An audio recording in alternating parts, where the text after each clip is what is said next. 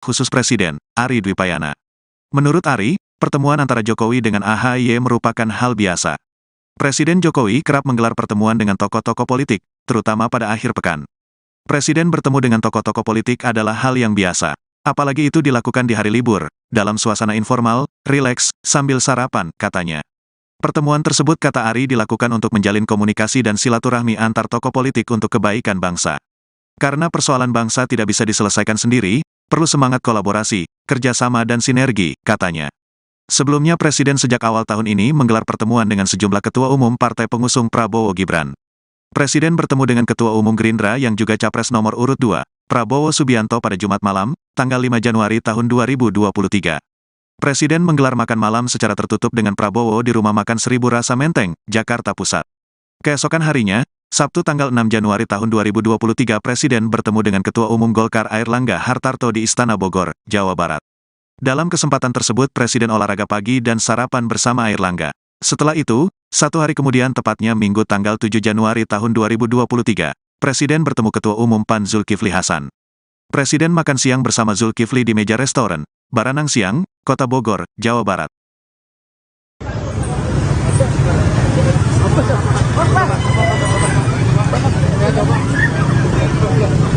Presiden Joko Widodo bertemu Ketua Umum Partai Demokrat Agus Harimurti Yudhoyono pagi ini, Minggu 28 Januari 2024 di Yogyakarta. Keduanya pun terlihat akrab saat berbincang-bincang. Dari video yang Tribun News terima, keduanya tampak mengenakan baju santai. AHY tampak menggunakan kaos lengan pendek berwarna biru, sementara Jokowi mengenakan kaos lengan panjang berwarna hitam. Keduanya terlihat berbincang diselingi senyum Jokowi. Di meja mereka juga terdapat makanan dan minuman. Belum diketahui keduanya mengobrol soal apa dalam pertemuan ini. Seperti diketahui, AHY dan Jokowi sejak kemarin, Sabtu 27 Januari, berada di Yogyakarta. Jokowi bermain bola bersama warga di lapangan Gamplong, Moyudan, Kabupaten Sleman pada Sabtu 27 Januari sore. Sementara hari ini AHY berada di Yogyakarta untuk berkampanye. Sebelum menemui Sri Sultan Hamengkubuwono atau HB ke-10, Presiden Jokowi ini sempat bertemu dengan Ketua Umum Partai Demokrat Agus Harimurti Yudhoyono atau AHY pada Minggu 28 Januari 2024 hari ini. Keduanya diketahui berolahraga pagi di sekitar wilayah alun-alun Yogyakarta. Setelah bersepeda, saudara, diketahui AHY dan Presiden Jokowi melanjutkan sarapan bersama, tepatnya di kawasan kuliner Gudeg di Wijilan. Koordinator Staf Khusus Presiden Ari Dwipayana mengatakan pertemuan Presiden Jokowi dan AHY membicarakan sejumlah hal-hal ringan. Selain itu, keduanya juga membahas persoalan kebangsaan dan situasi perpolitikan di tanah air. Ari menyebut pertemuan antara Jokowi dengan AHY merupakan hal biasa. Presiden kerap menggelar pertemuan dengan tokoh-tokoh politik, terutama di akhir pekan. Pertemuan tersebut dikatakan oleh Ari dilakukan untuk menjalin komunikasi dan silaturahmi antar tokoh politik untuk kebaikan bangsa.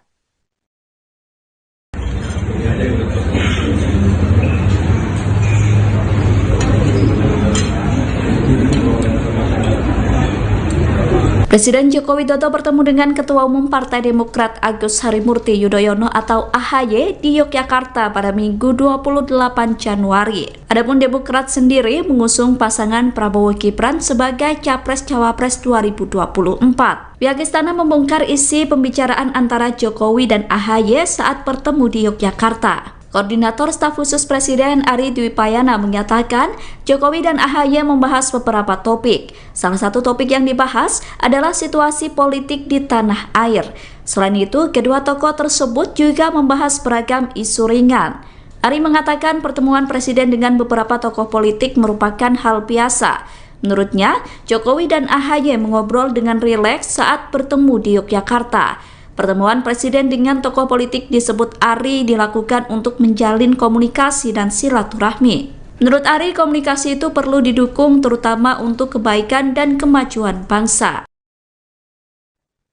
Koordinator Staf Khusus Presiden Ari Dwi Payana mengungkap isi pertemuan antara Presiden Joko Widodo dengan Sri Sultan Hamengkubuwono X di Yogyakarta pada Minggu 28 Januari kemarin. Ari mengatakan pertemuan dengan Sultan yang digelar pada minggu itu dalam rangka silaturahmi. Sebab menurutnya kunjungan itu biasa dilakukan oleh Presiden saat menginap di Yogyakarta. Selain itu, Jokowi juga sempat bertemu dengan Ketua Umum Partai Demokrat, yakni Agus Harimurti Yudhoyono atau AHY. Menurut Ari, pertemuan Jokowi dengan AHY yang digelar pada Minggu pagi juga merupakan acara santai. Seperti diberitakan sebelumnya, Jokowi asik bersepeda dengan AHY di alun-alun utara Yogyakarta pada Minggu. Keduanya sarapan di rumah makan Gudeg Yukjum Wijilan, Yogyakarta. Adapun setelah sekitar 45 menit sarapan sambil berbincang, Jokowi dan AHY kembali menuju Gedung Agung. Sampai di depan Gedung Agung, AHY pamit kepada Jokowi untuk melanjutkan kegiatan berikutnya. Setelah itu, Presiden Jokowi bertemu dengan Gubernur Daerah Istimewa Yogyakarta, Sri Sultan Hamengkubuwono X. Pertemuan tersebut digelar secara tertutup di Keraton Kilen selama 1 jam.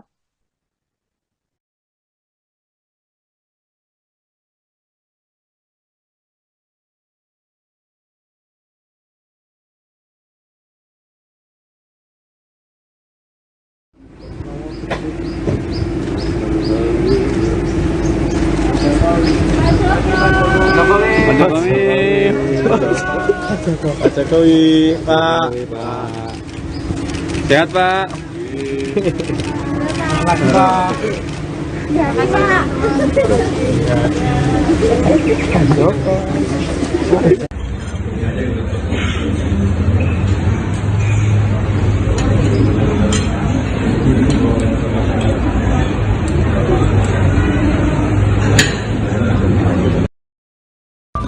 Saya ingin menginformasikan bahwa baru saja jam 16.30 saya diterima oleh Presiden Republik Indonesia Bapak Joko Widodo, dan saya menyampaikan permohonan berhenti sebagai Menko melalui sebuah surat yang isinya hanya 3 paragraf. Dan saya rasa kesadarannya telat atau terlambat.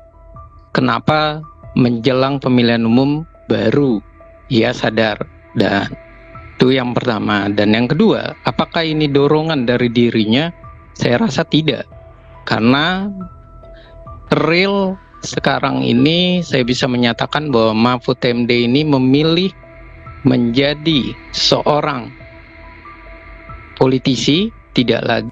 Bahasa sarkasnya ingin bilang Mahfud mendingan sekalian aja dia ber-KTA PDI Perjuangan. Toh Mahfud sudah menjadi petugas partai. Mahfud baper karena diolok di Cawapres, dan Mahfud baper karena dia bisa saja tidak diperhitungkan oleh PDIP kalau tidak mundur. Selamat malam Tribuners, program Tribunnews on Focus malam hari ini kembali menjumpai Anda bersama dengan saya Nila Irda. Hari ini kita akan membahas terkait bagaimana Mahfud MD ini sudah menyampaikan niatan untuk mundur dari kursi Menteri Koordinator Politik, Hukum, dan juga Keamanan. Cawapres nomor 3 ini Tribuners mengaku hanya menunggu momentum saja untuk kemudian bisa berbicara langsung dan bertemu dengan Presiden Joko Widodo. Mahfud MD dalam keterangan terbarunya dari Lampung juga sudah mengatakan dirinya ini sudah menuliskan surat pengunduran diri yang nantinya akan diserahkan pada Presiden Joko Widodo, yang mana salah satu alasan dari Prof. Mahfud ini mengatakan harus mundur dari kabinet adalah untuk menghindari konflik kepentingan dan juga intervensi politik di tengah pencalonannya sebagai calon wakil presiden. Lalu seberapa besar sedianya Tribuners pengaruh mundurnya Mahfud MD ini dari kabinet Joko Widodo? Saya akan membahasnya bersama dengan pengamat politik Citra Institut. Ada Bang Efriza sudah tersambung dalam sambungan Zoom bersama dengan saya. Bang Efriza, selamat malam. Apa kabar, Bang? Malam Mbak Nila dan malam Tribunnews. Terima kasih atas hari ini. Siap, kabar baik ya Bang Efriza? Alhamdulillah baik.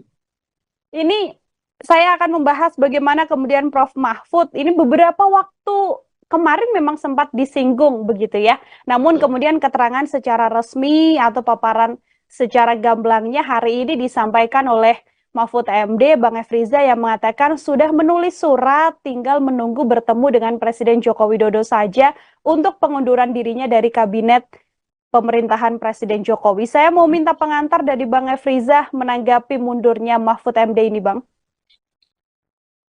Ya, terima kasih. Yang pertama saya ingin komentari bahwa mundurnya Mahfud MD ini adalah suatu hal yang bisa dikatakan satu sisi bagi Ganjar dan bagi pasangannya Mahfud MD, dan ini jelas mereka ini sedang mempersiapkan dan untuk tujuan pemilu yang sedikit lagi hadir. Namun sisi yang lain sebenarnya kalau kita melihat mundurnya Mahfud itu sangat disayangkan. Sayangnya karena Mahfud ini sangat dibutuhkan oleh pemerintah, kinerjanya juga masih baik. Ada 75% masyarakat menyatakan puas dengan kinerja Mahfud MD, dan berikutnya juga ia menjadi inkonsisten dalam keputusannya. Walaupun keputusan ini harus diambil untuk konsisten terhadap pasangannya Ganjar Pranowo, tapi inkonsisten terhadap dirinya. Ada dua hal inkonsisten. Pernyataan pertamanya yang menyatakan bahwa ia senang bekerja sebagai Menko Polhukam, yang kemudian diralat dengan mundur berarti. Dan yang kedua adalah bahwa ia sangat ingin bekerja untuk rakyat dan fokus kepada rakyat dan tidak terlalu terlihat ambisi kekuasaannya, tapi akhirnya menjadi diralat lagi-lagi karena keputusan ia untuk maju dan untuk bersama dengan Ganjar Pranowo. Dan ini tentunya adalah kekonsistenan bersama Pak Ganjar, tapi ketidakkonsistenan dalam dirinya Mahfud MD sendiri. Seperti itu Mbak pengantarnya.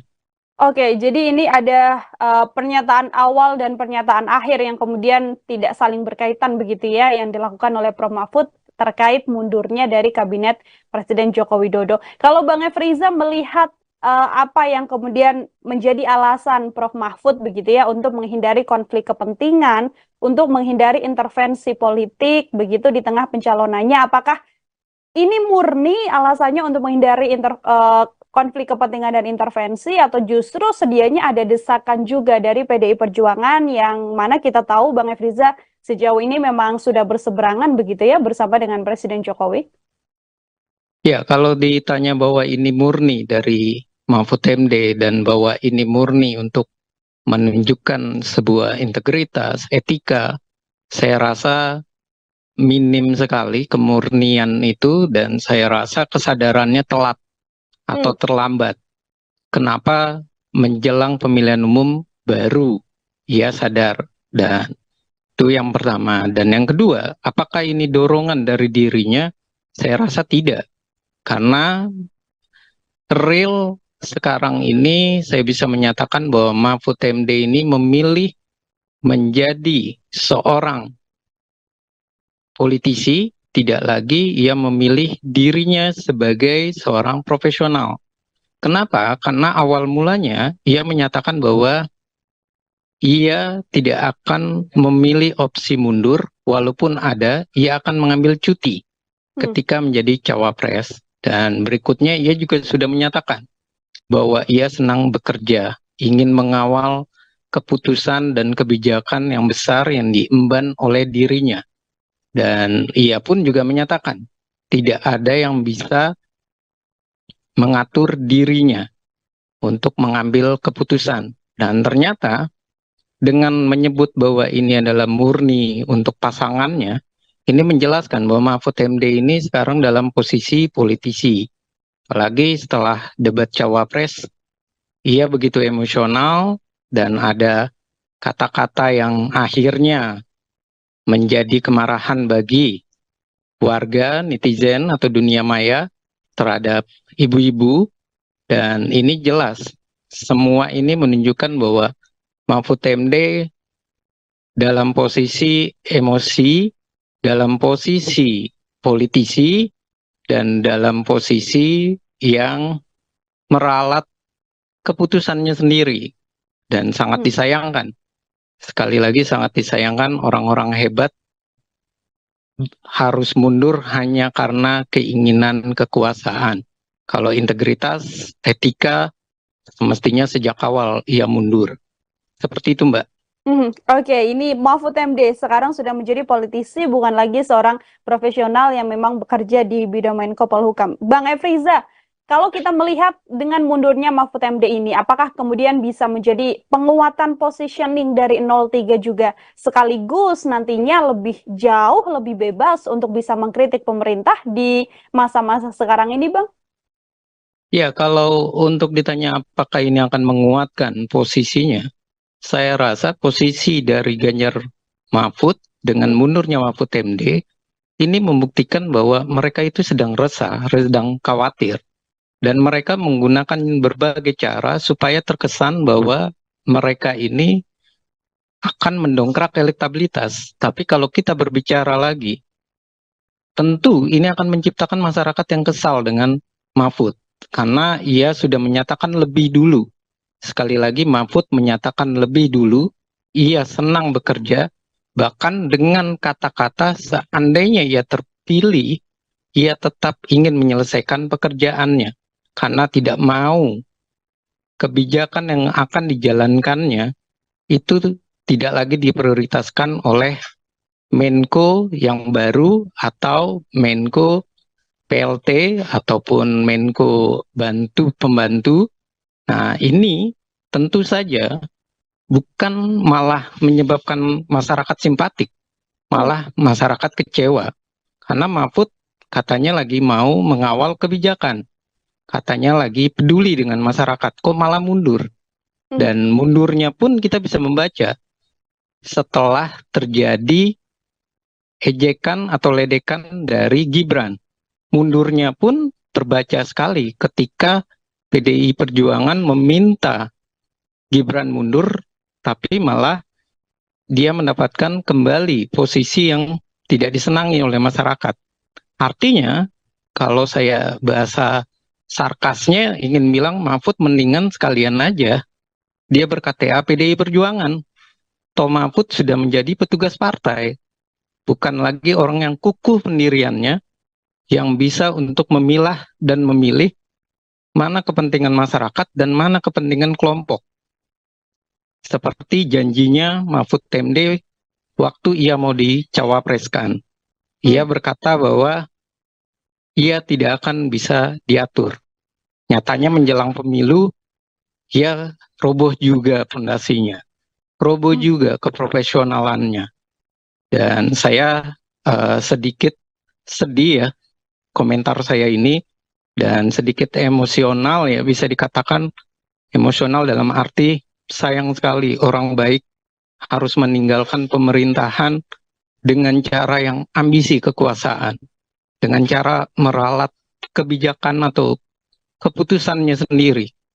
Bukan malah menjadi pahlawan, ia malah berkorban. Apakah sia-sia atau tidak, nanti keputusannya di pemilihan umum nantinya. Pun artinya bisa saya sampaikan dari kacamata Bang Efriza, keputusan mundurnya Mahfud MD ini tidak akan menguntungkan bagi elektabilitas ataupun elektoral dari paslon 03, Bang? Iya, sangat tidak menguntungkan bagi pasangan Ganjar Mahfud. Karena apa? Waktunya sangat mepet. Dan kalau seandainya Pak Jokowi pulang, itu pun prosedurnya 1-2 hari lagi kan. Berarti kan tinggal 11 hari. Kenapa dia memaksakan 11 hari untuk ikut pemilu? Untuk mundur hanya untuk integritas, etika, tapi ia mengabaikan sampai Oktober. Berapa bulan itu? Maret, April, Mei, Juni, Juli, Agustus, September, Oktober, ada sekitar 7-8 bulan. Ia bisa bekerja untuk rakyat. Dan kalau ia tidak masuk putaran kedua, apakah ia tidak mengecewakan masyarakat? Apakah ia akan dihargai atau dianggap pahlawan. Tidak. Masyarakat malah menganggap Mahfud itu emosional dalam mengambil keputusannya. Ia baper dalam posisi, bisa jadi elektabilitasnya dari Ganjar yang sedang turun ataupun posisi buncit, dan Mahfud baper karena diolok di Cawapres, dan Mahfud baper karena dia bisa saja tidak diperhitungkan oleh PDIP kalau tidak mundur. Jadi dia mengambil posisi itu, tapi sayangnya itu bukan sikap dari seorang Mahfud MD yang biasa kita kenal, yang pemberani, yang kukuh pendirian, sebagai sosok yang kuat. Dia tidak pernah menaruh kepentingan orang lain, kepentingan kelompok selain kepentingan bangsa dan negara. Nyatanya kepentingan kelompok yang dikedepankan oleh Mahfud MD. Kepentingan kelompok yang kemudian dikedepankan oleh Mahfud MD. Oke, ini hari Kamis, esok Mahfud MD mengatakan akan bertemu Presiden Joko Widodo, surat sudah dibuat begitu ya, Bang Efriza, yang mana artinya ini sudah final keputusan dari Prof. Mahfud untuk mundur dari kabinet.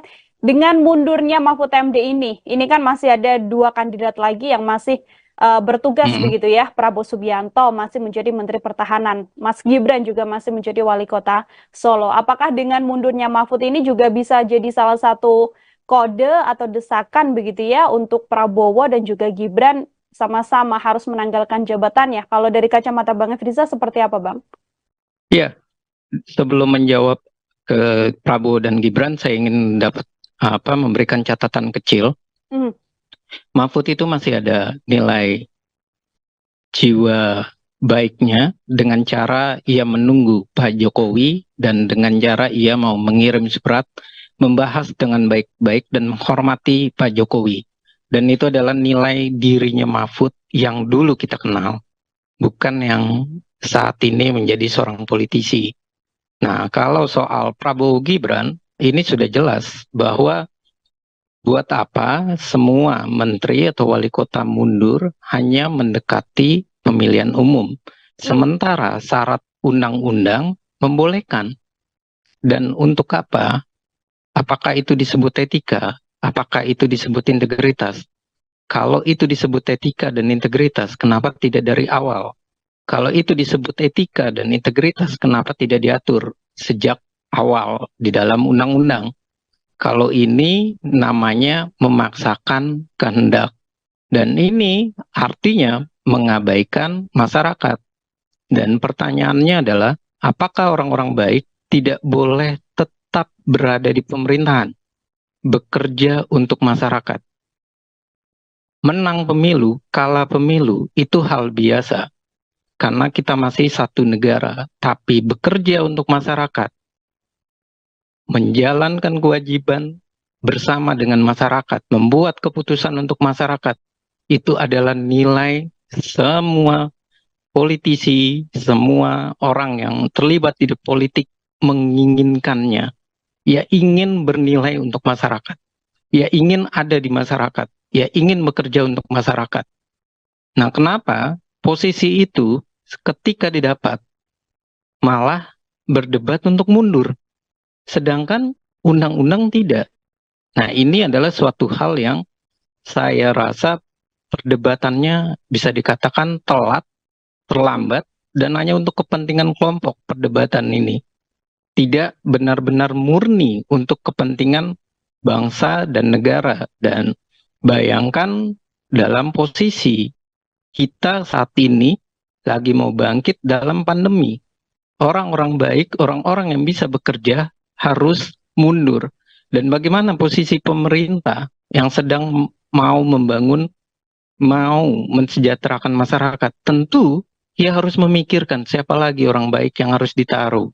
Seberapa cepat dia bisa bekerja, dan seberapa cepat keputusan kebijakan itu yang baik untuk masyarakat bisa dihasilkan oleh mereka. Dan ini artinya mereka mengambil keputusan dengan emosional dan mereka menarasikan untuk masyarakat, padahal mereka lah yang mengabaikan masyarakat. Mereka yang kemudian soal yang tadi, maaf Mbak Nila, soal tadi, apakah AHY ataupun yang lain itu pantas, saya rasa AHY saat ini juga dalam posisi yang berpikir ulang menempati apakah ia akan mengganti Mahfud MD atau tidak. Karena Pak Jokowi pun saya yakin mengambil keputusannya nanti pasca pemilu. Kenapa? Karena kalau Pak Jokowi langsung mengganti Mahfud MD dengan Menko yang baru, ia tentunya akan bingung siapa yang pantas dan tidak menimbulkan perdebatan di masyarakat. Dan tentu perdebatan di masyarakat adalah kalau AHY tiba-tiba dimajukan, pasti masyarakat bilang, wah ini mah jelas sekali untuk kepentingan pemilu. Wah ini mah jelas sekali tidak ada proses fit and proper test. Ini mah hanya bagi-bagi kekuasaan. Dan banyak lagi narasi-narasi itu. Dan tentu pemerintah itu akan salah dan akan serba salah. Dan berikutnya AHY ketika mengambil itu tentu dia akan merugikan dirinya.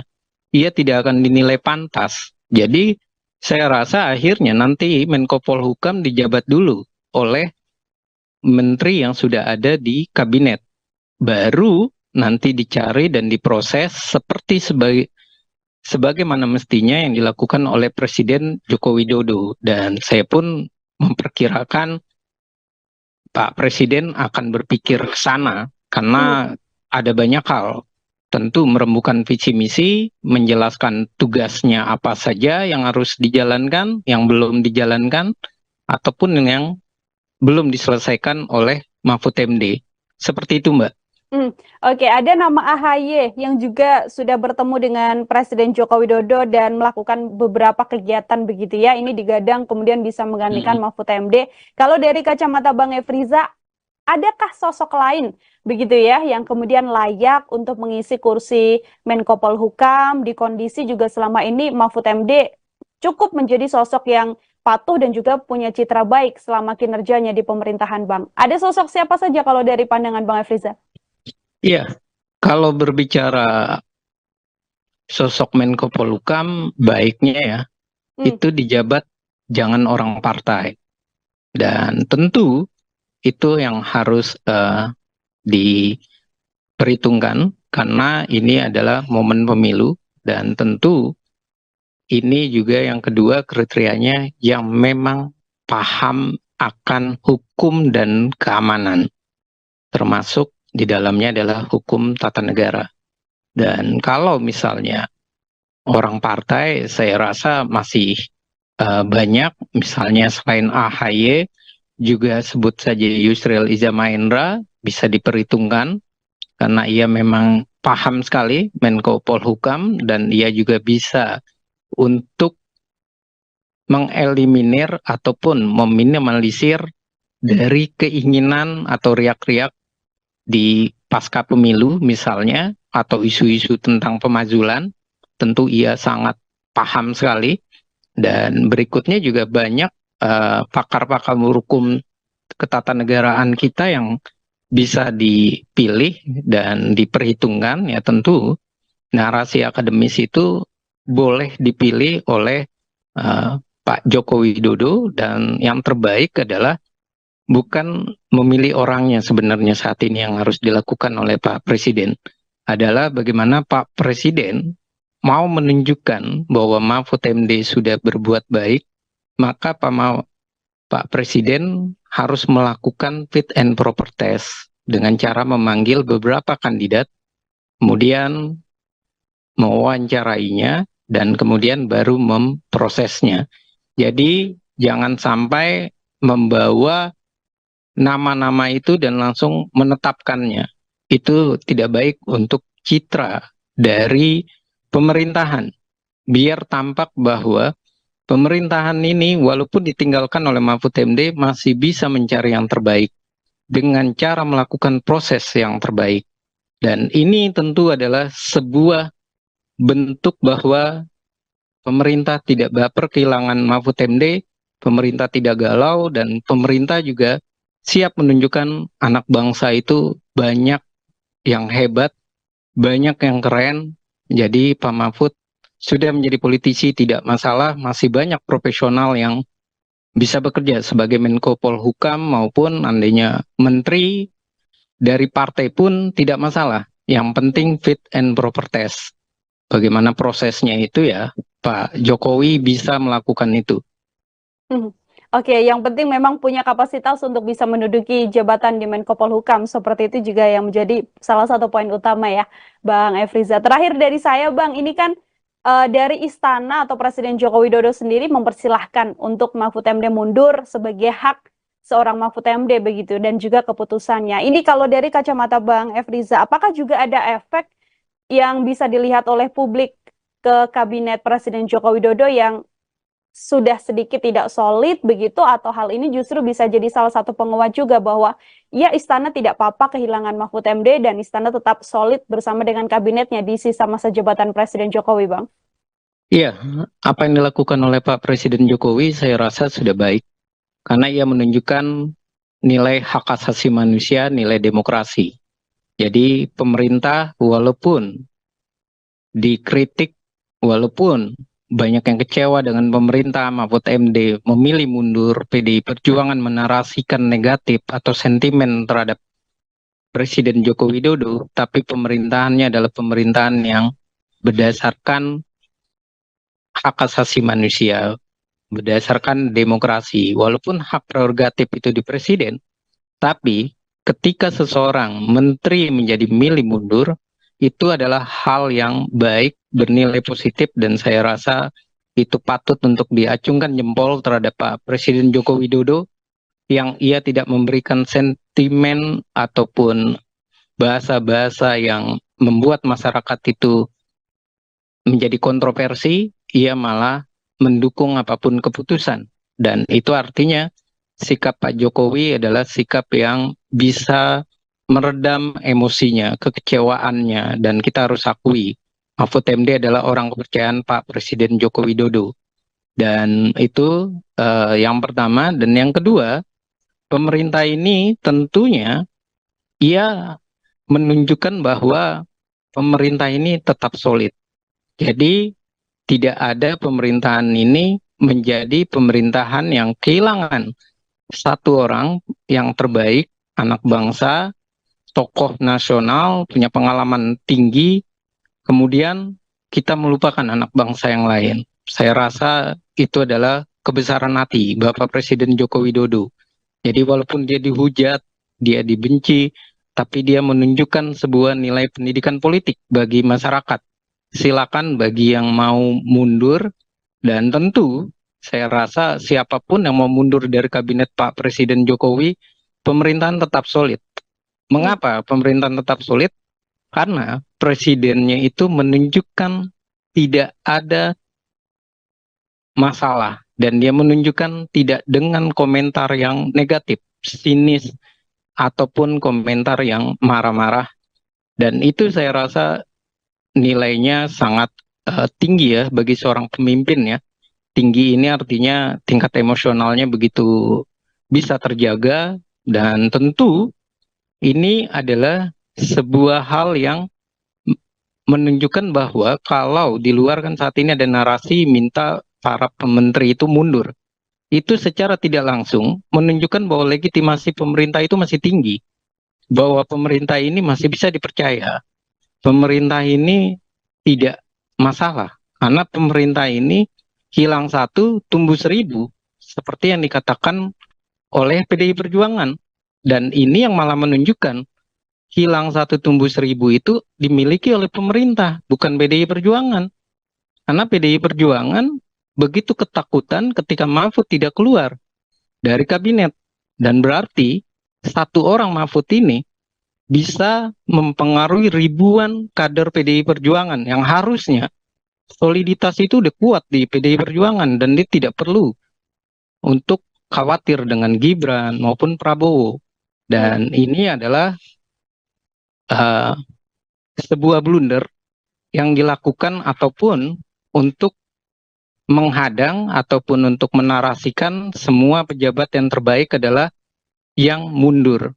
Dan ini adalah kesalahan melihat konteks dalam undang-undang. Tidak seperti itu cara membaca integritas dan etika. Mundur kalau terakhir itu bukan pahlawan, tapi bisa jadi itu adalah seorang yang tidak berani untuk bertanggung jawab terhadap rakyatnya, tidak berani bertanggung jawab terhadap kinerja yang sedang dilakukannya, yang diperjuangkannya. Dan itu artinya sosok politisi yang cepat sekali bapernya. Seperti itu, Mbak. Oke, sedikit Bang Efriza sebelum kita closing, menyoal tadi hujatan yang kemudian muncul ke Presiden Joko Widodo terkait bagaimana netralitas Presiden Jokowi di kondisi sang putra juga merupakan calon wakil presiden, ditambah lagi ada statement bahwa presiden boleh tidak melanggar aturan untuk bisa memihak. Apakah kemudian mundurnya Mahfud MD ini juga bisa dimaknai bahwa sedianya ini adalah kritik juga yang disampaikan Mahfud MD pada Presiden Joko Widodo, atau seperti apa kalau dari kacamata Bang Efriza? Iya, kalau dari kacamata kita melihatnya bahwa keberpihakan lagi-lagi, karena Mahfud ini tentu melihatnya dari undang-undang, keberpihakan dan presiden itu haruslah didudukkan. Kalau presiden ingin berkampanye, tentunya presiden harus izin dulu undang-undang dan tentu harus merubah atau merevisi TKN-nya. Kalau memang dia pro terhadap TKN. Dan kalau melihat kemarin, Pak Presiden Joko Widodo itu pada dasarnya, dia menunjukkan, dia memberikan pendidikan politik. Dan pendidikan politiknya itu begitu keras. Dan itu adalah sebuah, kalau saya bilang, tamparan bagi PDI Perjuangan. Yang minta bahwa Pak Jokowi untuk gentle, menyatakan berpihak. Baru Jokowi bilang, baca undang-undang, ada di dalam undang-undang, sudah begitu hebohnya. Bagaimana kalau Pak Presiden Joko Widodo benar-benar berpihak? Sudah tidak kebayang bagaimana situasi politik Indonesia memanasnya. Dan saya lihat Pak Presiden tidak menunjukkan keberpihakannya. Dan memang kesalahan terbesar dari Presiden Joko Widodo adalah ia membuat kisru. Kesalahan terbesarnya adalah soal moral dan etis. Tapi keberpihakannya sampai saat ini tidak bisa dilihat ataupun dibaca dengan cara yang terang. Kalau memang terang benderang kita bisa membacanya, tentu Bawaslu harus memproses, menyelesaikan itu. Dan Bawaslu harus membuat keputusannya apa terhadap Pak Presiden. Nah, sampai saat ini kan sulit untuk melakukan itu. Dan itu menunjukkan bahwa Pak Presiden itu masih dalam posisi netral. Tapi harus saya akui, Bapak Presiden Joko Widodo adalah penyebab kisrunya demokrasi di Indonesia. Dan beliau memang tokohnya untuk kekisruhan ini. Tapi soal kemarin, dia adalah memberikan pendidikan politik. Kita diminta untuk membaca undang-undang, menyadari bahwa memang presiden itu di dalam undang-undang boleh berpihak. Bahkan Adian pun sebelum terjadi presiden pindah ke Gibran, bulan tahun 2022 atau 2023 sebelum pencapresan, ia sudah menyatakan bahwa presiden itu boleh berkampanye. Presiden bisa jadi kita masukkan di dalam. Nah, sekarang kan ini menjadi sebuah bahasa yang terkesan etika, tapi kemarin kenapa ramai-ramai politisi kita mengizinkannya, membuat aturan itu ada? Ya karena Pak Presiden itu masih dianggap berbaju PDI Perjuangan, bukan berbaju ketidakjelasan atau abu-abu. Dan ini artinya politisi kita ini adalah politisi yang dalam membuat undang-undang, dalam prosesnya hanya reaktif, reaksioner. Ketika merasa tidak menguntungkan, rame-rame ditolak. Ketika merasa untung, rame-rame dibuat.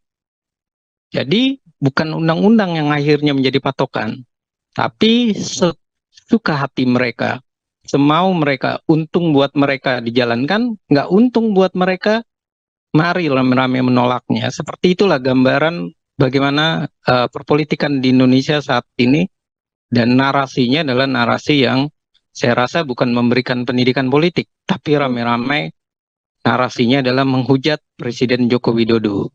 Jadi saya bisa katakan ya ini memang ada kekisruhan yang dilakukan oleh Presiden, tapi dalam bernegara kita bisa menyatakan ada kemunduran kita dalam melihat atau membaca undang-undang. Semuanya bisa dibaca seenaknya politisi, semaunya mereka, tapi ketika membuat mereka mengabaikan. Presiden Joko Widodo, Jokowi, melakukan pertemuan dengan Ketua Umum Partai Demokrat Agus Harimurti Yudhoyono, AHY, pada Minggu, tanggal 28 Januari tahun 2024 pagi. Pertemuan antara Jokowi dengan AHY berlangsung di Yogyakarta. Berdasarkan video yang diperoleh tribunnews.com, tampak Jokowi dan AHY sedang menyantap makanan bersama. Mereka duduk berhadap-hadapan sesekali menyantap makanan yang telah disuguhkan di depan mereka. Seperti diketahui, AHY dan Jokowi sejak beberapa hari lalu berada di Yogyakarta. Jokowi bermain bola bersama warga di lapangan Gamplong, Moyudan, Kabupaten Sleman pada Sabtu, tanggal 27 Januari tahun 2024 sore. Sementara AHY berada di Yogyakarta untuk berkampanye. Sejumlah hal dibahas oleh Presiden bersama AHY dalam pertemuan tersebut. Mulai dari topik ringan, masalah kebangsaan hingga situasi politik sekarang ini. Pertemuan dengan Mas AHY membicarakan mulai hal-hal yang ringan-ringan sampai dengan persoalan kebangsaan dan situasi perpolitikan di tanah air, kata Koordinator Staf Khusus Presiden, Ari Dwipayana. Menurut Ari, pertemuan antara Jokowi dengan AHY merupakan hal biasa. Presiden Jokowi kerap menggelar pertemuan dengan tokoh-tokoh politik, terutama pada akhir pekan. Presiden bertemu dengan tokoh-tokoh politik adalah hal yang biasa. Apalagi itu dilakukan di hari libur, dalam suasana informal, rileks, sambil sarapan, katanya. Pertemuan tersebut, kata Ari, dilakukan untuk menjalin komunikasi dan silaturahmi antar tokoh politik untuk kebaikan bangsa. Karena persoalan bangsa tidak bisa diselesaikan sendiri, perlu semangat kolaborasi, kerjasama dan sinergi, katanya. Sebelumnya Presiden sejak awal tahun ini menggelar pertemuan dengan sejumlah ketua umum partai pengusung Prabowo Gibran. Presiden bertemu dengan Ketua Umum Gerindra yang juga Capres nomor urut 2, Prabowo Subianto pada Jumat malam, tanggal 5 Januari tahun 2023. Presiden menggelar makan malam secara tertutup dengan Prabowo di Rumah Makan Seribu Rasa Menteng, Jakarta Pusat. Keesokan harinya, Sabtu tanggal 6 Januari tahun 2023 Presiden bertemu dengan Ketua Umum Golkar Airlangga Hartarto di Istana Bogor, Jawa Barat. Dalam kesempatan tersebut Presiden olahraga pagi dan sarapan bersama Airlangga. Setelah itu, satu hari kemudian tepatnya Minggu tanggal 7 Januari tahun 2023, Presiden bertemu Ketua Umum PAN Zulkifli Hasan. Presiden makan siang bersama Zulkifli di meja restoran, Baranang Siang, Kota Bogor, Jawa Barat.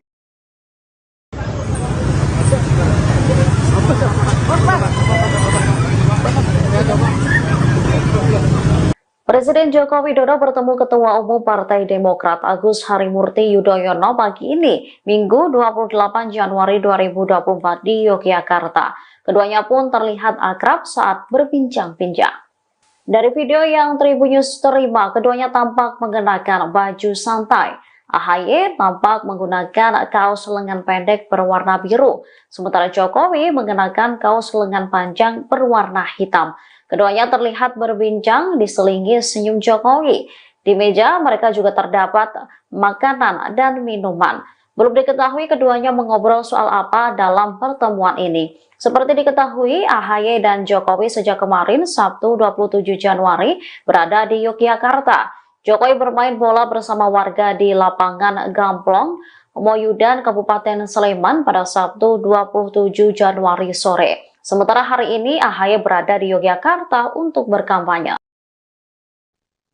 Sebelum menemui Sri Sultan Hamengkubuwono atau HB ke-10, Presiden Jokowi ini sempat bertemu dengan Ketua Umum Partai Demokrat Agus Harimurti Yudhoyono atau AHY pada Minggu 28 Januari 2024 hari ini. Keduanya diketahui berolahraga pagi di sekitar wilayah alun-alun Yogyakarta. Setelah bersepeda, saudara, diketahui AHY dan Presiden Jokowi melanjutkan sarapan bersama, tepatnya di kawasan kuliner Gudeg di Wijilan.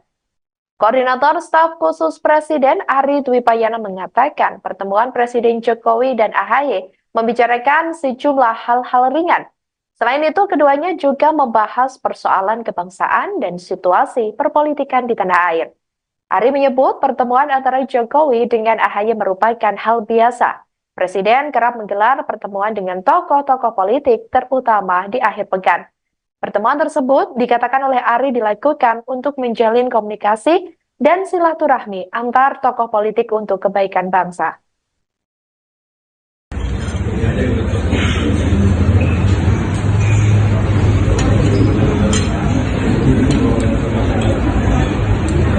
Presiden Joko Widodo bertemu dengan Ketua Umum Partai Demokrat Agus Harimurti Yudhoyono atau AHY di Yogyakarta pada Minggu 28 Januari. Adapun Demokrat sendiri mengusung pasangan Prabowo Gibran sebagai Capres-Cawapres 2024. Pihak istana membongkar isi pembicaraan antara Jokowi dan AHY saat bertemu di Yogyakarta. Koordinator Staf Khusus Presiden Ari Dwi Payana menyatakan Jokowi dan AHY membahas beberapa topik. Salah satu topik yang dibahas adalah situasi politik di tanah air.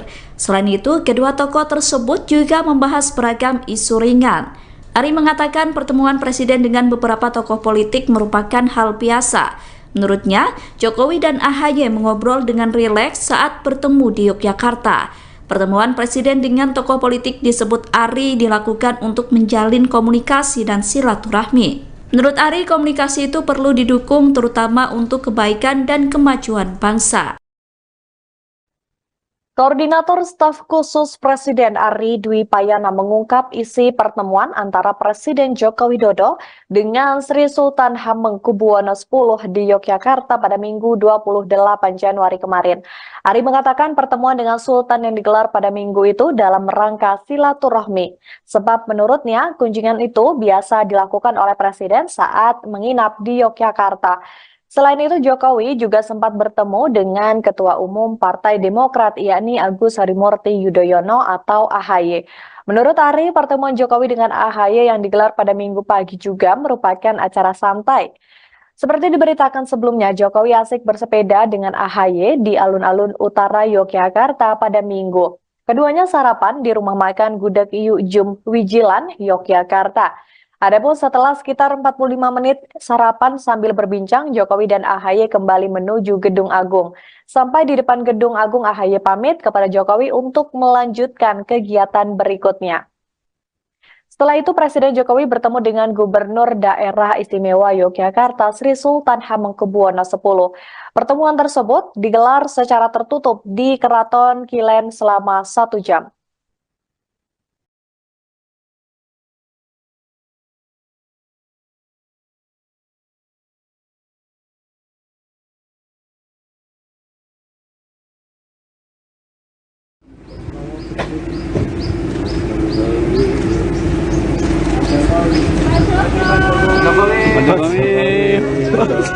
Pak Jokowi, Pak. Sehat, Pak.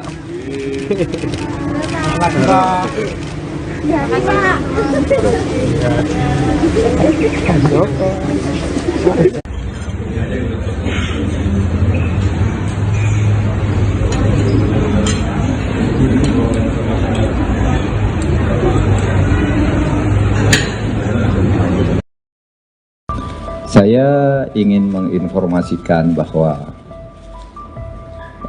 baru saja jam 16.30 saya diterima oleh Presiden Republik Indonesia Bapak Joko Widodo, dan saya menyampaikan permohonan berhenti sebagai Menko melalui sebuah surat yang isinya hanya 3 paragraf. Saya rasa kesadarannya telat atau terlambat. Kenapa menjelang pemilihan umum baru ia sadar? Dan itu yang pertama. Dan yang kedua, apakah ini dorongan dari dirinya? Saya rasa tidak. Karena real sekarang ini saya bisa menyatakan bahwa Mahfud MD ini memilih menjadi seorang politisi, tidak lagi. Bahasa sarkasnya ingin bilang Mahfud mendingan sekalian aja dia ber-KTA PDI Perjuangan. Toh Mahfud sudah menjadi petugas partai. Mahfud baper karena diolok di Cawapres, dan Mahfud baper karena dia bisa saja tidak diperhitungkan oleh PDIP kalau tidak mundur. Selamat malam Tribuners, program Tribun News on Focus malam hari ini kembali menjumpai Anda bersama dengan saya Nila Irda. Hari ini kita akan membahas terkait bagaimana Mahfud MD ini sudah menyampaikan niatan untuk mundur dari kursi Menteri Koordinator Politik, Hukum, dan juga Keamanan. Cawapres nomor urut 3 ini Tribuners mengaku hanya menunggu momentum saja untuk kemudian bisa berbicara langsung dan bertemu dengan Presiden Joko Widodo. Mahfud MD dalam keterangan terbarunya dari Lampung juga sudah mengatakan dirinya ini sudah menuliskan surat pengunduran diri yang nantinya akan diserahkan pada Presiden Joko Widodo, yang mana salah satu alasan dari Prof. Mahfud ini mengatakan harus mundur dari kabinet adalah untuk menghindari konflik kepentingan dan juga intervensi politik di tengah pencalonannya sebagai calon wakil presiden. Lalu seberapa besar sedianya Tribuners pengaruh mundurnya Mahfud MD ini dari kabinet Joko Widodo? Saya akan membahasnya bersama dengan pengamat politik Citra Institut. Ada Bang Efriza sudah tersambung dalam sambungan Zoom bersama dengan saya. Bang Efriza, selamat malam. Apa kabar, Bang? Malam Mbak Nila dan malam Tribunus. Terima kasih atas hari ini. Siap, kabar baik ya Bang Efriza? Alhamdulillah baik. Ini saya akan membahas bagaimana kemudian Prof. Mahfud ini beberapa waktu kemarin memang sempat disinggung begitu ya. Namun kemudian keterangan secara resmi atau paparan secara gamblangnya hari ini disampaikan oleh Mahfud MD, Bang Efriza, yang mengatakan sudah menulis surat, tinggal menunggu bertemu dengan Presiden Joko Widodo saja untuk pengunduran dirinya dari kabinet pemerintahan Presiden Jokowi. Saya mau minta pengantar dari Bang Efriza menanggapi mundurnya Mahfud MD ini, Bang. Ya, terima kasih. Yang pertama saya ingin komentari bahwa mundurnya Mahfud MD ini adalah suatu hal yang bisa dikatakan satu sisi bagi Ganjar dan bagi pasangannya Mahfud MD, dan ini jelas mereka ini sedang mempersiapkan dan untuk tujuan pemilu yang sedikit lagi hadir. Namun sisi yang lain sebenarnya kalau kita melihat mundurnya Mahfud itu sangat disayangkan. Sayangnya karena Mahfud ini sangat dibutuhkan oleh pemerintah, kinerjanya juga masih baik. Ada 75% masyarakat menyatakan puas dengan kinerja Mahfud MD, dan berikutnya juga ia menjadi inkonsisten dalam keputusannya. Walaupun keputusan ini harus diambil untuk konsisten terhadap pasangannya Ganjar Pranowo, tapi inkonsisten terhadap dirinya. Ada dua hal inkonsisten. Pernyataan pertamanya yang menyatakan bahwa ia senang bekerja sebagai Menko Polhukam, yang kemudian diralat dengan mundur berarti. Dan yang kedua adalah bahwa ia sangat ingin bekerja untuk rakyat dan fokus kepada rakyat dan tidak terlalu terlihat ambisi kekuasaannya, tapi akhirnya menjadi diralat lagi-lagi karena keputusan ia untuk maju dan untuk bersama dengan Ganjar Pranowo. Dan ini tentunya adalah kekonsistenan bersama Pak Ganjar, tapi ketidakkonsistenan dalam dirinya Mahfud MD sendiri. Seperti itu Mbak pengantarnya.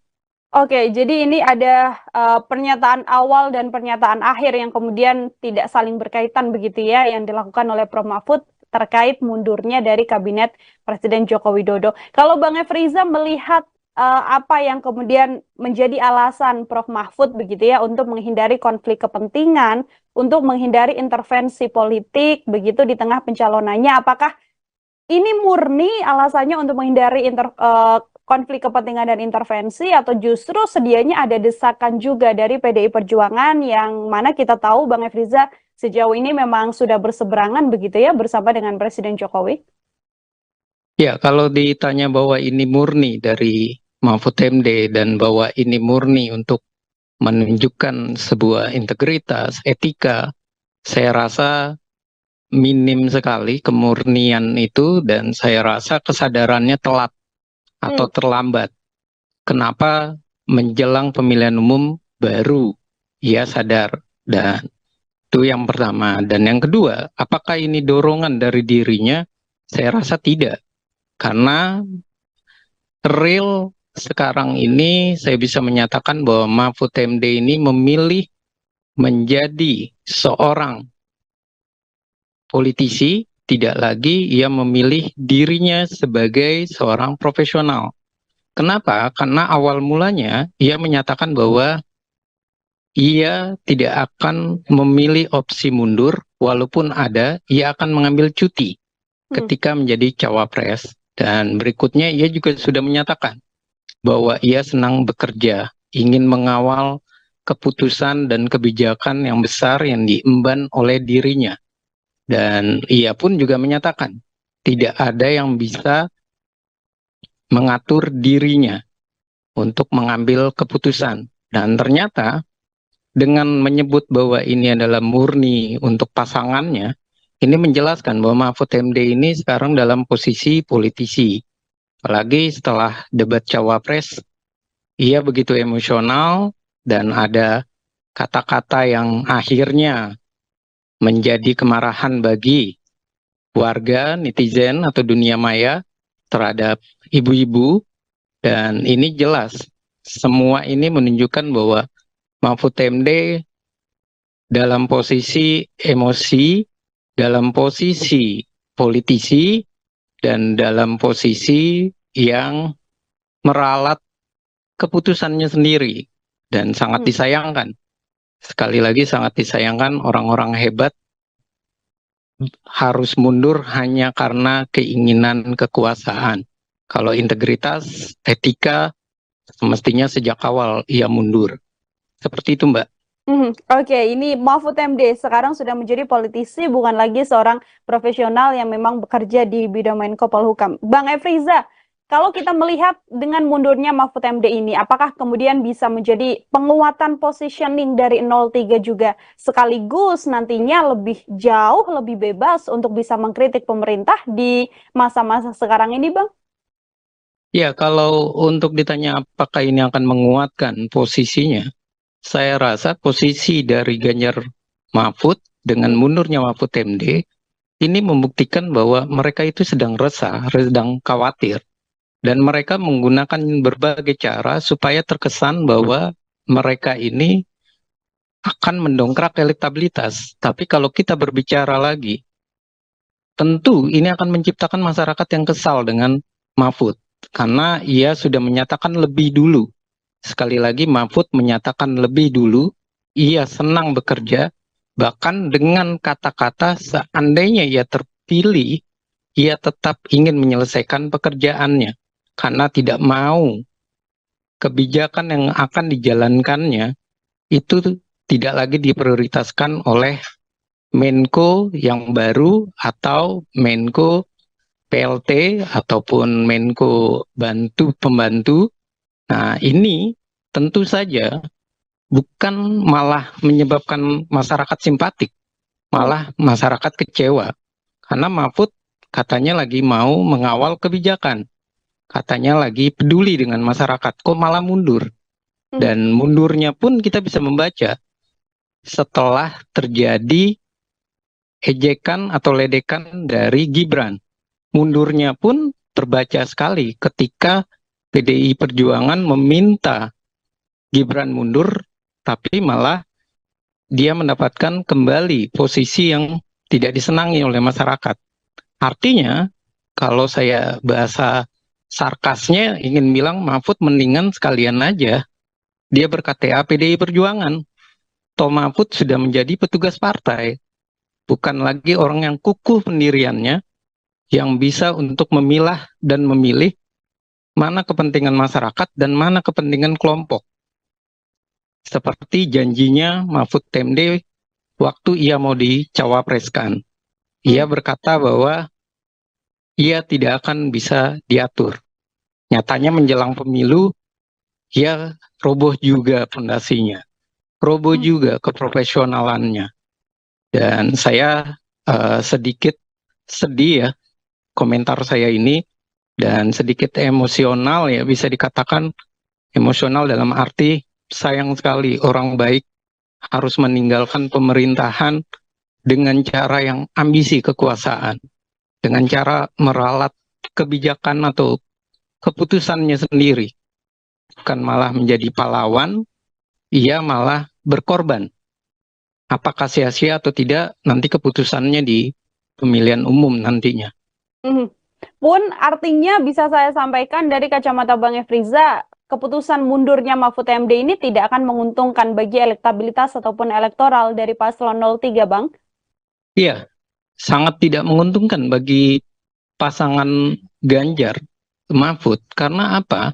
Waktunya sangat mepet. Dan kalau seandainya Pak Jokowi pulang, itu pun prosedurnya 1-2 hari lagi kan. Berarti kan tinggal 11 hari. Kenapa dia memaksakan 11 hari untuk ikut pemilu? Untuk mundur hanya untuk integritas, etika, tapi ia mengabaikan sampai Oktober. Berapa bulan itu? Maret, April, Mei, Juni, Juli, Agustus, September, Oktober, ada sekitar 7-8 bulan. Ia bisa bekerja untuk rakyat. Dan kalau ia tidak masuk putaran kedua, apakah ia tidak mengecewakan masyarakat? Apakah ia akan dihargai atau dianggap pahlawan? Tidak. Masyarakat malah menganggap Mahfud itu emosional dalam mengambil keputusannya. Ia baper dalam posisi, bisa jadi elektabilitasnya dari Ganjar yang sedang turun ataupun posisi buncit, dan Mahfud baper karena diolok di Cawapres, dan Mahfud baper karena dia bisa saja tidak diperhitungkan oleh PDIP kalau tidak mundur. Jadi dia mengambil posisi itu, tapi sayangnya itu bukan sikap dari seorang Mahfud MD yang biasa kita kenal. Yang pemberani, yang kukuh pendirian, sebagai sosok yang kuat, dia tidak pernah menaruh kepentingan orang lain, kepentingan kelompok, selain kepentingan bangsa dan negara. Nyatanya, kepentingan kelompok yang dikedepankan oleh Mahfud MD. Kepentingan kelompok yang kemudian dikedepankan oleh Mahfud MD. Oke, ini hari Kamis, esok Mahfud MD mengatakan akan bertemu Presiden Joko Widodo, surat sudah dibuat begitu ya, Bang Efriza, yang mana artinya ini sudah final keputusan dari Prof. Mahfud untuk mundur dari kabinet. Dengan mundurnya Mahfud MD ini kan masih ada 2 kandidat lagi yang masih bertugas begitu ya. Prabowo Subianto masih menjadi Menteri Pertahanan, Mas Gibran juga masih menjadi Wali Kota Solo. Apakah dengan mundurnya Mahfud ini juga bisa jadi salah satu kode atau desakan begitu ya untuk Prabowo dan juga Gibran sama-sama harus menanggalkan jabatannya? Kalau dari kacamata Bang Efriza seperti apa, Bang? Iya, sebelum menjawab ke Prabowo dan Gibran, saya ingin memberikan catatan kecil. Mahfud itu masih ada nilai jiwa baiknya dengan cara ia menunggu Pak Jokowi, dan dengan cara ia mau mengirim surat membahas dengan baik-baik dan menghormati Pak Jokowi. Dan itu adalah nilai dirinya Mahfud yang dulu kita kenal, bukan yang saat ini menjadi seorang politisi. Nah, kalau soal Prabowo Gibran, ini sudah jelas bahwa buat apa semua menteri atau wali kota mundur hanya mendekati pemilihan umum, sementara syarat undang-undang membolehkan. Dan untuk apa? Apakah itu disebut etika? Apakah itu disebut integritas? Kalau itu disebut etika dan integritas, kenapa tidak dari awal? Kalau itu disebut etika dan integritas, kenapa tidak diatur sejak awal di dalam undang-undang? Kalau ini namanya memaksakan kehendak. Dan ini artinya mengabaikan masyarakat. Dan pertanyaannya adalah, apakah orang-orang baik tidak boleh tetap berada di pemerintahan, bekerja untuk masyarakat? Menang pemilu, kalah pemilu, itu hal biasa. Karena kita masih satu negara, tapi bekerja untuk masyarakat, menjalankan kewajiban bersama dengan masyarakat, membuat keputusan untuk masyarakat, itu adalah nilai semua politisi, semua orang yang terlibat di politik menginginkannya. Ya ingin bernilai untuk masyarakat, ya ingin ada di masyarakat, ya ingin bekerja untuk masyarakat. Nah, kenapa posisi itu ketika didapat malah berdebat untuk mundur, sedangkan undang-undang tidak. Nah, ini adalah suatu hal yang saya rasa perdebatannya bisa dikatakan telat, terlambat, dan hanya untuk kepentingan kelompok perdebatan ini. Tidak benar-benar murni untuk kepentingan bangsa dan negara. Dan bayangkan dalam posisi kita saat ini lagi mau bangkit dalam pandemi. Orang-orang baik, orang-orang yang bisa bekerja harus mundur. Dan bagaimana posisi pemerintah yang sedang mau membangun, mau mensejahterakan masyarakat? Tentu ia harus memikirkan siapa lagi orang baik yang harus ditaruh. Seberapa cepat dia bisa bekerja, dan seberapa cepat keputusan kebijakan itu yang baik untuk masyarakat bisa dihasilkan oleh mereka. Dan ini artinya mereka mengambil keputusan dengan emosional dan mereka menarasikan untuk masyarakat, padahal mereka lah yang mengabaikan masyarakat. Mereka yang Nah, kemudian soal yang tadi, maaf Mbak Nila, soal tadi, apakah AHY ataupun yang lain itu pantas? Saya rasa AHY saat ini juga dalam posisi yang berpikir ulang, menempati apakah ia akan mengganti Mahfud MD atau tidak. Karena Pak Jokowi pun saya yakin mengambil keputusannya nanti pasca pemilu. Kenapa? Karena kalau Pak Jokowi langsung mengganti Mahfud MD dengan Menko yang baru, ia tentunya akan bingung siapa yang pantas dan tidak menimbulkan perdebatan di masyarakat. Dan tentu perdebatan di masyarakat adalah kalau AHY tiba-tiba dimajukan, pasti masyarakat bilang, wah ini mah jelas sekali untuk kepentingan pemilu. Wah ini mah jelas sekali tidak ada proses fit and proper test. Ini mah hanya bagi-bagi kekuasaan. Dan banyak lagi narasi-narasi itu. Dan tentu pemerintah itu akan salah dan akan serba salah.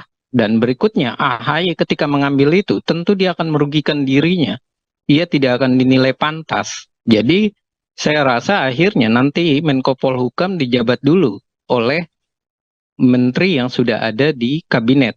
Baru nanti dicari dan diproses seperti sebagaimana mestinya yang dilakukan oleh Presiden Joko Widodo. Dan saya pun memperkirakan Pak Presiden akan berpikir ke sana karena ada banyak hal. Tentu merembukan visi misi, menjelaskan tugasnya apa saja yang harus dijalankan, yang belum dijalankan, ataupun yang belum diselesaikan oleh Mahfud MD. Seperti itu, Mbak. Oke, ada nama AHY yang juga sudah bertemu dengan Presiden Joko Widodo dan melakukan beberapa kegiatan begitu ya. Ini digadang kemudian bisa menggantikan Mahfud MD. Kalau dari kacamata Bang Efriza, adakah sosok lain begitu ya yang kemudian layak untuk mengisi kursi Menko Polhukam di kondisi juga selama ini Mahfud MD cukup menjadi sosok yang patuh dan juga punya citra baik selama kinerjanya di pemerintahan, Bang? Ada sosok siapa saja kalau dari pandangan Bang Efriza? Iya, kalau berbicara sosok Menko Polhukam, baiknya ya, itu dijabat jangan orang partai. Dan tentu itu yang harus diperhitungkan karena ini adalah momen pemilu dan tentu ini juga yang kedua kriterianya yang memang paham akan hukum dan keamanan, termasuk di dalamnya adalah hukum tata negara. Dan kalau misalnya orang partai, saya rasa masih banyak, misalnya selain AHY, juga sebut saja Yusril Iza Mahendra bisa diperhitungkan karena ia memang paham sekali Menko Polhukam dan ia juga bisa untuk mengeliminir ataupun meminimalisir dari keinginan atau riak-riak di pasca pemilu misalnya atau isu-isu tentang pemazulan. Tentu ia sangat paham sekali.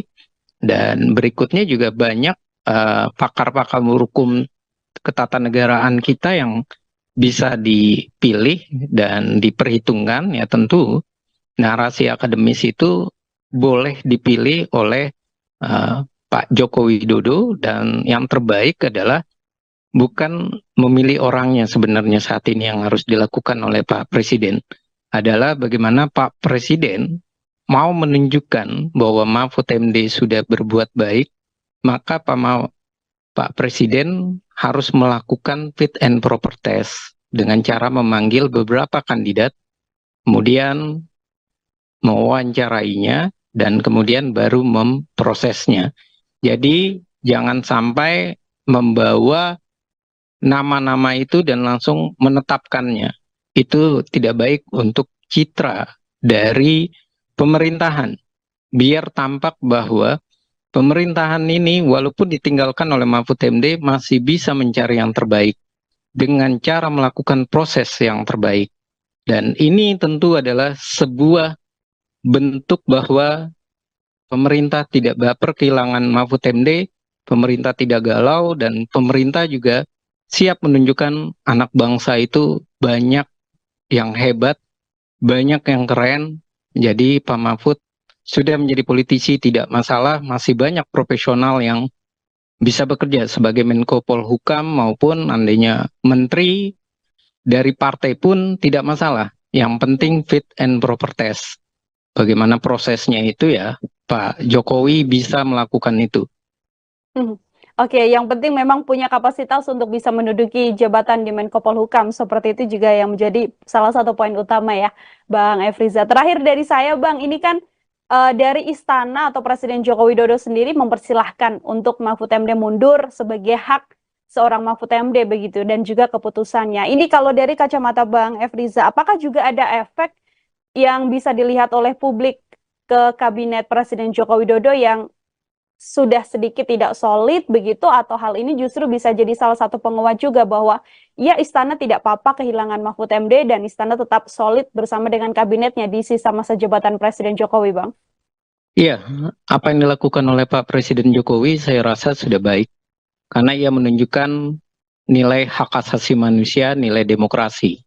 Jadi pemerintah walaupun dikritik, walaupun banyak yang kecewa dengan pemerintah, Mahfud MD memilih mundur, PDI Perjuangan menarasikan negatif atau sentimen terhadap Presiden Joko Widodo, tapi pemerintahannya adalah pemerintahan yang berdasarkan hak asasi manusia, berdasarkan demokrasi. Walaupun hak prerogatif itu di presiden, tapi ketika seseorang menteri menjadi milih mundur, itu adalah hal yang baik, bernilai positif, dan saya rasa itu patut untuk diacungkan jempol terhadap Pak Presiden Joko Widodo yang ia tidak memberikan sentimen ataupun bahasa-bahasa yang membuat masyarakat itu menjadi kontroversi. Ia malah mendukung apapun keputusan, dan itu artinya sikap Pak Jokowi adalah sikap yang bisa meredam emosinya, kekecewaannya, dan kita harus akui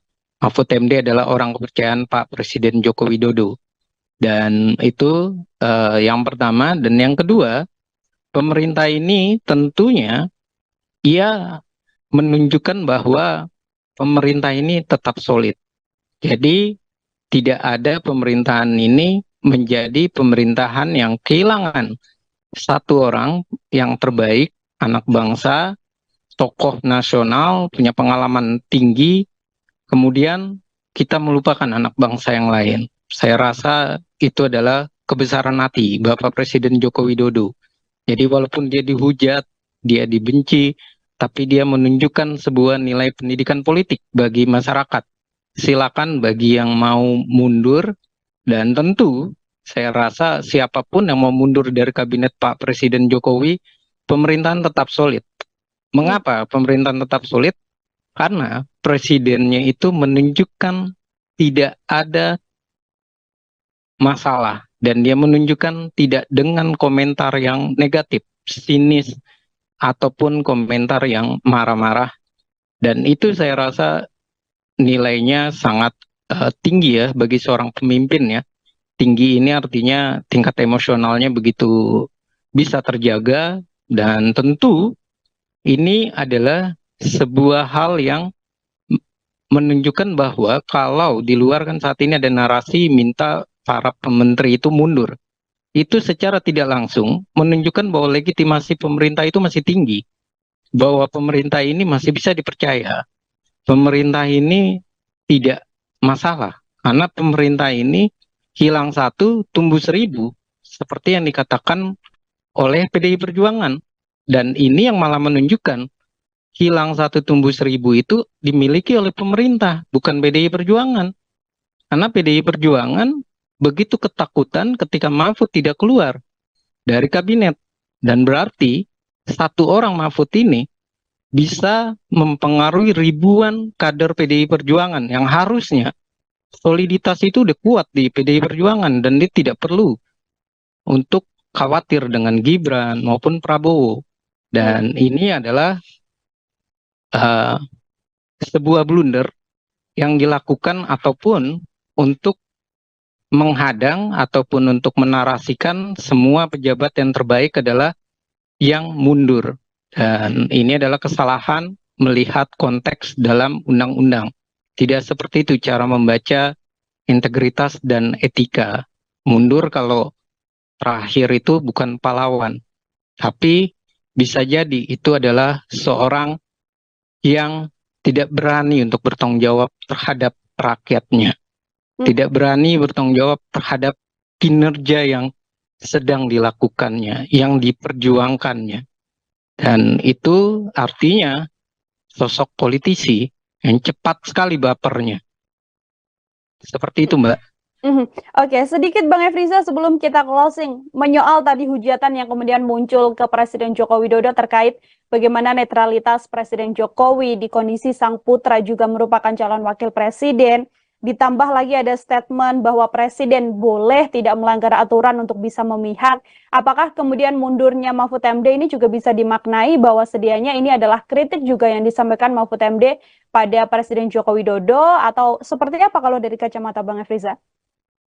Iya, kalau dari kacamata kita melihatnya bahwa keberpihakan lagi-lagi, karena Mahfud ini tentu melihatnya dari undang-undang, keberpihakan dan presiden itu haruslah didudukkan.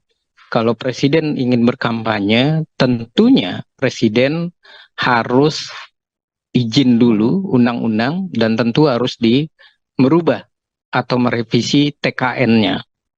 Kalau memang dia pro terhadap TKN. Dan kalau melihat kemarin, Pak Presiden Joko Widodo itu pada dasarnya, dia menunjukkan, dia memberikan pendidikan politik. Dan pendidikan politiknya itu begitu keras. Dan itu adalah sebuah, kalau saya bilang, tamparan bagi PDI Perjuangan. Yang minta bahwa Pak Jokowi untuk gentle, menyatakan berpihak. Baru Jokowi bilang, baca undang-undang, ada di dalam undang-undang, sudah begitu hebohnya. Bagaimana kalau Pak Presiden Joko Widodo benar-benar berpihak? Sudah tidak kebayang bagaimana situasi politik Indonesia memanasnya. Dan saya lihat Pak Presiden tidak menunjukkan keberpihakannya. Dan memang kesalahan terbesar dari Presiden Joko Widodo adalah ia membuat kisru. Kesalahan terbesarnya adalah soal moral dan etis. Tapi keberpihakannya sampai saat ini tidak bisa dilihat ataupun dibaca dengan cara yang terang. Kalau memang terang benderang kita bisa membacanya, tentu Bawaslu harus memproses, menyelesaikan itu. Dan Bawaslu harus membuat keputusannya apa terhadap Pak Presiden.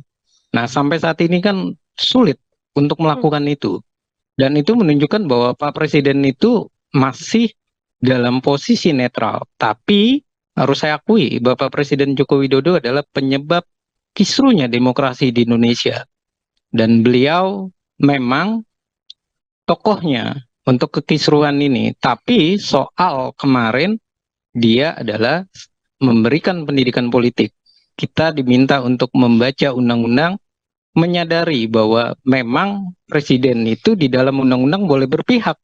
Bahkan Adian pun sebelum terjadi presiden pindah ke Gibran, bulan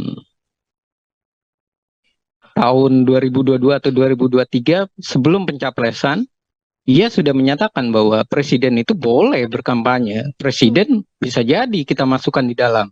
Nah, sekarang kan ini menjadi sebuah bahasa yang terkesan etika.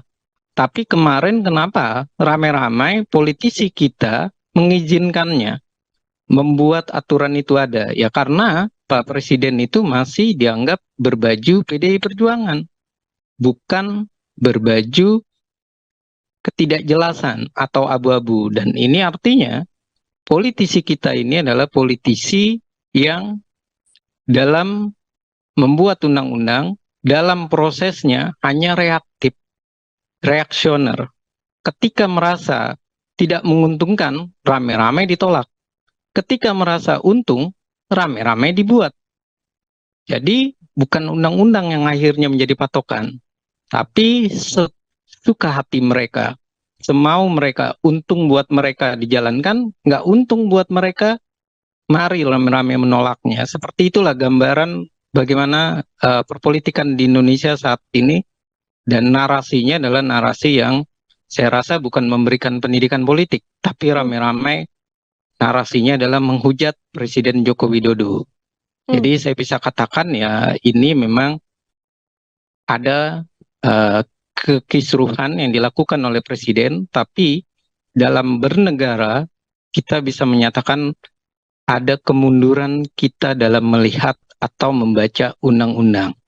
Semuanya bisa dibaca seenaknya politisi, semaunya mereka, tapi ketika membuat, mereka mengabaikan.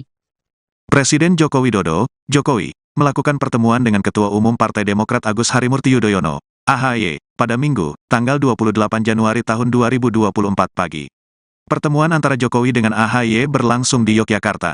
Berdasarkan video yang diperoleh tribunnews.com, tampak Jokowi dan AHY sedang menyantap makanan bersama. Mereka duduk berhadap-hadapan sesekali menyantap makanan yang telah disuguhkan di depan mereka.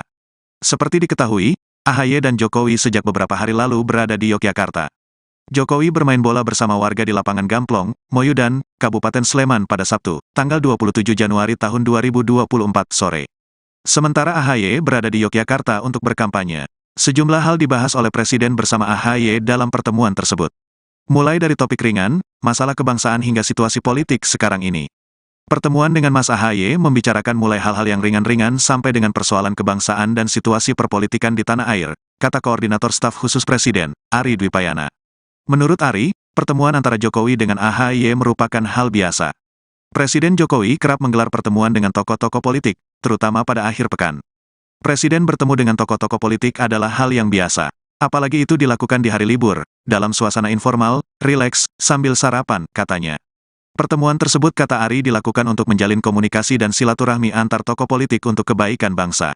Karena persoalan bangsa tidak bisa diselesaikan sendiri, perlu semangat kolaborasi, kerjasama dan sinergi, katanya. Sebelumnya Presiden sejak awal tahun ini menggelar pertemuan dengan sejumlah ketua umum partai pengusung Prabowo Gibran. Presiden bertemu dengan Ketua Umum Gerindra yang juga Capres nomor urut 2, Prabowo Subianto pada Jumat malam, tanggal 5 Januari tahun 2023. Presiden menggelar makan malam secara tertutup dengan Prabowo di Rumah Makan Seribu Rasa Menteng, Jakarta Pusat. Keesokan harinya, Sabtu tanggal 6 Januari tahun 2023 Presiden bertemu dengan Ketua Umum Golkar Airlangga Hartarto di Istana Bogor, Jawa Barat. Dalam kesempatan tersebut Presiden olahraga pagi dan sarapan bersama Airlangga. Setelah itu, satu hari kemudian tepatnya Minggu tanggal 7 Januari tahun 2023, Presiden bertemu Ketua Umum PAN Zulkifli Hasan. Presiden makan siang bersama Zulkifli di meja restoran, Baranang Siang, Kota Bogor, Jawa Barat.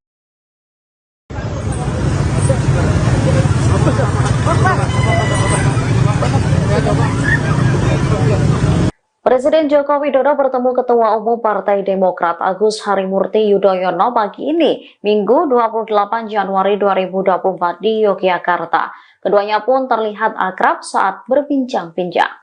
Dari video yang Tribunnews terima, keduanya tampak mengenakan baju santai. AHY tampak menggunakan kaos lengan pendek berwarna biru, sementara Jokowi mengenakan kaos lengan panjang berwarna hitam.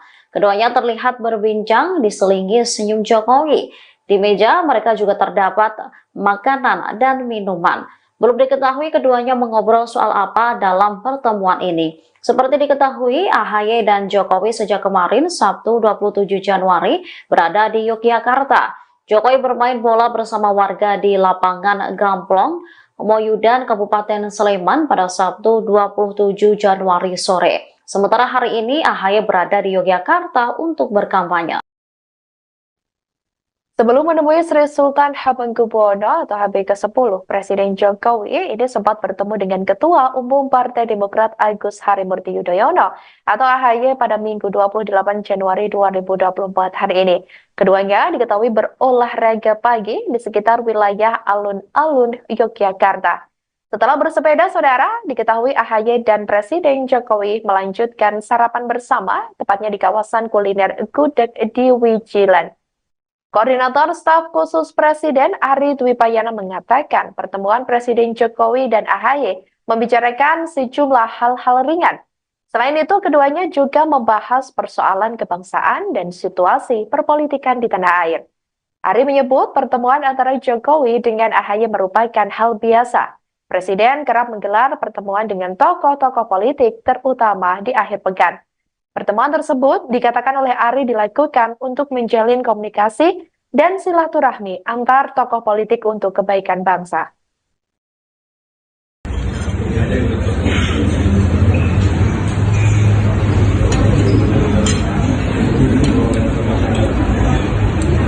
Presiden Joko Widodo bertemu dengan Ketua Umum Partai Demokrat Agus Harimurti Yudhoyono atau AHY di Yogyakarta pada Minggu 28 Januari. Adapun Demokrat sendiri mengusung pasangan Prabowo Gibran sebagai Capres-Cawapres 2024. Pihak istana membongkar isi pembicaraan antara Jokowi dan AHY saat bertemu di Yogyakarta. Koordinator Staf Khusus Presiden Ari Dwi Payana menyatakan Jokowi dan AHY membahas beberapa topik. Salah satu topik yang dibahas adalah situasi politik di tanah air.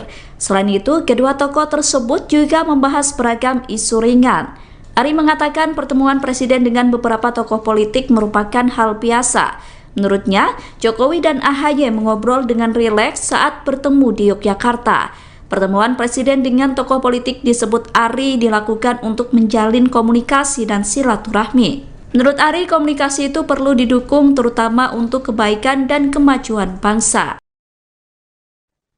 Koordinator Staf Khusus Presiden Ari Dwi Payana mengungkap isi pertemuan antara Presiden Joko Widodo dengan Sri Sultan Hamengkubuwono X di Yogyakarta pada Minggu 28 Januari kemarin.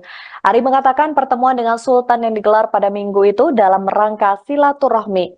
Sebab menurutnya kunjungan itu biasa dilakukan oleh Presiden saat menginap di Yogyakarta. Selain itu, Jokowi juga sempat bertemu dengan Ketua Umum Partai Demokrat, yakni Agus Harimurti Yudhoyono atau AHY. Menurut Ari, pertemuan Jokowi dengan AHY yang digelar pada minggu pagi juga merupakan acara santai. Seperti diberitakan sebelumnya, Jokowi asik bersepeda dengan AHY di alun-alun utara Yogyakarta pada minggu. Keduanya sarapan di rumah makan Gudeg Yujum Wijilan, Yogyakarta.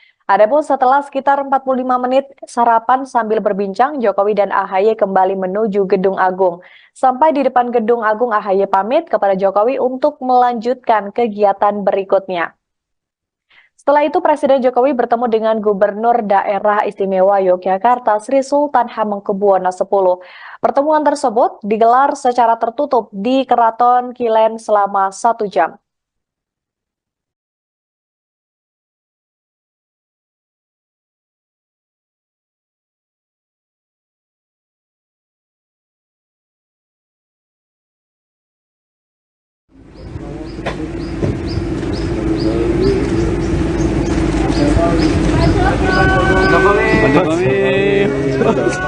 Pak Jokowi, Pak. Sehat, Pak.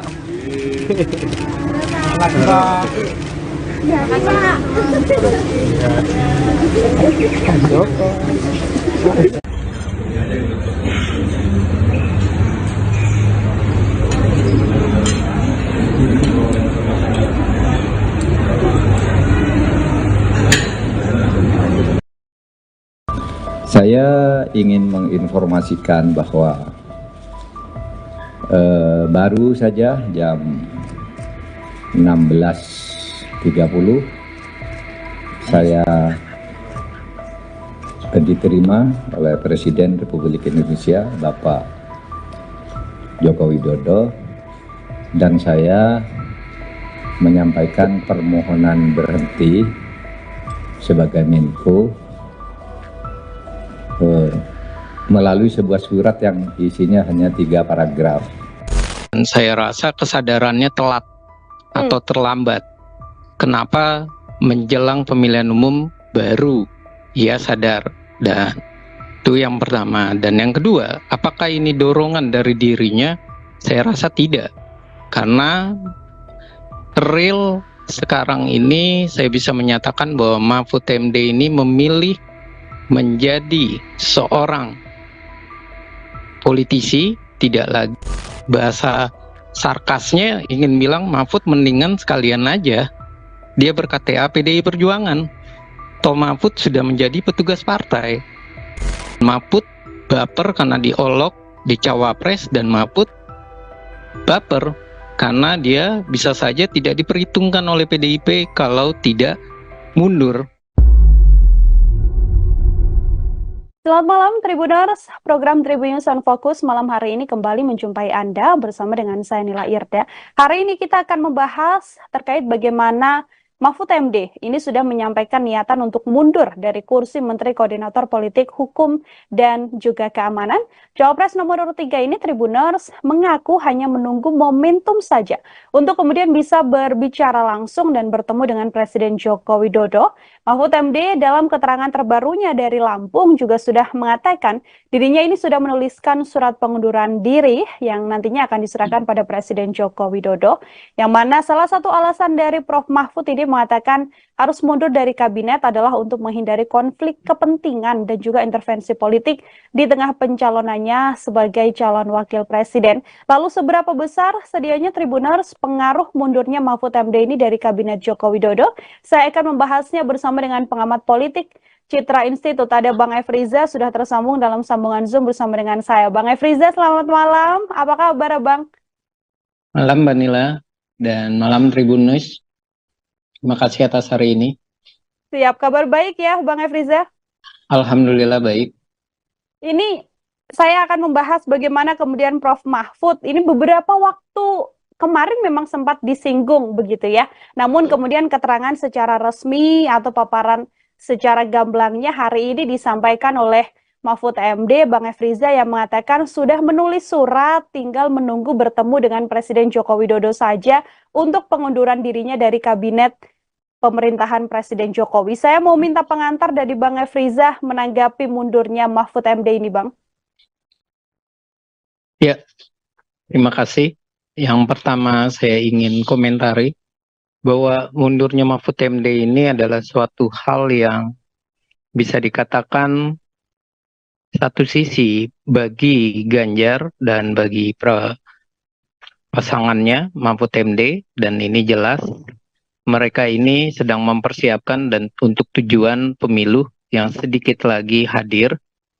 Namun sisi yang lain sebenarnya kalau kita melihat mundurnya Mahfud itu sangat disayangkan. Sayangnya karena Mahfud ini sangat dibutuhkan oleh pemerintah, kinerjanya juga masih baik. Ada 75% masyarakat menyatakan puas dengan kinerja Mahfud MD, dan berikutnya juga ia menjadi inkonsisten dalam keputusannya. Walaupun keputusan ini harus diambil untuk konsisten terhadap pasangannya Ganjar Pranowo, tapi inkonsisten terhadap dirinya. Ada 2 hal inkonsisten. Pernyataan pertamanya yang menyatakan bahwa ia senang bekerja sebagai Menko Polhukam, yang kemudian diralat dengan mundur berarti. Dan yang kedua adalah bahwa ia sangat ingin bekerja untuk rakyat dan fokus kepada rakyat dan tidak terlalu terlihat ambisi kekuasaannya, tapi akhirnya menjadi diralat lagi-lagi karena keputusan ia untuk maju dan untuk bersama dengan Ganjar Pranowo. Dan ini tentunya adalah kekonsistenan bersama Pak Ganjar, tapi ketidakkonsistenan dalam dirinya Mahfud MD sendiri. Seperti itu Mbak pengantarnya. Oke, jadi ini ada pernyataan awal dan pernyataan akhir yang kemudian tidak saling berkaitan begitu ya, yang dilakukan oleh Prof. Mahfud terkait mundurnya dari kabinet Presiden Joko Widodo. Kalau Bang Efriza melihat apa yang kemudian menjadi alasan Prof. Mahfud begitu ya untuk menghindari konflik kepentingan, untuk menghindari intervensi politik begitu di tengah pencalonannya, apakah ini murni alasannya untuk menghindari konflik kepentingan dan intervensi, atau justru sedianya ada desakan juga dari PDI Perjuangan yang mana kita tahu Bang Efriza sejauh ini memang sudah berseberangan begitu ya bersama dengan Presiden Jokowi? Ya, kalau ditanya bahwa ini murni dari Mahfud MD dan bahwa ini murni untuk menunjukkan sebuah integritas, etika, saya rasa minim sekali kemurnian itu, dan saya rasa kesadarannya telat atau terlambat. Kenapa menjelang pemilihan umum baru ia sadar? Dan itu yang pertama. Dan yang kedua, apakah ini dorongan dari dirinya? Saya rasa tidak. Karena real sekarang ini saya bisa menyatakan bahwa Mahfud MD ini memilih menjadi seorang politisi, tidak lagi ia memilih dirinya sebagai seorang profesional. Kenapa? Karena awal mulanya ia menyatakan bahwa ia tidak akan memilih opsi mundur, walaupun ada, ia akan mengambil cuti ketika menjadi cawapres. Dan berikutnya ia juga sudah menyatakan bahwa ia senang bekerja, ingin mengawal keputusan dan kebijakan yang besar yang diemban oleh dirinya. Dan ia pun juga menyatakan tidak ada yang bisa mengatur dirinya untuk mengambil keputusan. Dan ternyata dengan menyebut bahwa ini adalah murni untuk pasangannya, ini menjelaskan bahwa Mahfud MD ini sekarang dalam posisi politisi. Apalagi setelah debat cawapres, ia begitu emosional dan ada kata-kata yang akhirnya menjadi kemarahan bagi warga, netizen, atau dunia maya terhadap ibu-ibu. Dan ini jelas, semua ini menunjukkan bahwa Mahfud MD dalam posisi emosi, dalam posisi politisi, dan dalam posisi yang meralat keputusannya sendiri. Dan sangat disayangkan. Sekali lagi sangat disayangkan orang-orang hebat harus mundur hanya karena keinginan kekuasaan. Kalau integritas, etika, semestinya sejak awal ia mundur. Seperti itu Mbak. Oke, ini Mahfud MD sekarang sudah menjadi politisi, bukan lagi seorang profesional yang memang bekerja di bidang Menko Polhukam. Bang Efriza, kalau kita melihat dengan mundurnya Mahfud MD ini, apakah kemudian bisa menjadi penguatan positioning dari 03 juga, sekaligus nantinya lebih jauh, lebih bebas untuk bisa mengkritik pemerintah di masa-masa sekarang ini, Bang? Ya, kalau untuk ditanya apakah ini akan menguatkan posisinya, saya rasa posisi dari Ganjar Mahfud dengan mundurnya Mahfud MD ini membuktikan bahwa mereka itu sedang resah, sedang khawatir. Dan mereka menggunakan berbagai cara supaya terkesan bahwa mereka ini akan mendongkrak elektabilitas. Tapi kalau kita berbicara lagi, tentu ini akan menciptakan masyarakat yang kesal dengan Mahfud. Karena ia sudah menyatakan lebih dulu. Sekali lagi Mahfud menyatakan lebih dulu, ia senang bekerja, bahkan dengan kata-kata seandainya ia terpilih, ia tetap ingin menyelesaikan pekerjaannya. Karena tidak mau kebijakan yang akan dijalankannya itu tidak lagi diprioritaskan oleh Menko yang baru atau Menko PLT ataupun Menko pembantu. Nah, ini tentu saja bukan malah menyebabkan masyarakat simpatik, malah masyarakat kecewa. Karena Mahfud katanya lagi mau mengawal kebijakan. Katanya lagi peduli dengan masyarakat, kok malah mundur. Dan mundurnya pun kita bisa membaca setelah terjadi ejekan atau ledekan dari Gibran. Mundurnya pun terbaca sekali ketika PDI Perjuangan meminta Gibran mundur, tapi malah dia mendapatkan kembali posisi yang tidak disenangi oleh masyarakat. Artinya, kalau saya bahasa sarkasnya ingin bilang Mahfud mendingan sekalian aja dia ber-KTA PDI Perjuangan. Toh Mahfud sudah menjadi petugas partai, bukan lagi orang yang kukuh pendiriannya, yang bisa untuk memilah dan memilih mana kepentingan masyarakat dan mana kepentingan kelompok. Seperti janjinya Mahfud MD waktu ia mau dicawapreskan. Ia berkata bahwa ia tidak akan bisa diatur. Nyatanya menjelang pemilu, ia roboh juga fondasinya, roboh juga keprofesionalannya. Dan saya sedikit sedih ya komentar saya ini, dan sedikit emosional ya, bisa dikatakan emosional dalam arti sayang sekali orang baik harus meninggalkan pemerintahan dengan cara yang ambisi kekuasaan, dengan cara meralat kebijakan atau keputusannya sendiri, bukan malah menjadi pahlawan, ia malah berkorban. Apakah sia-sia atau tidak nanti keputusannya di pemilihan umum nantinya.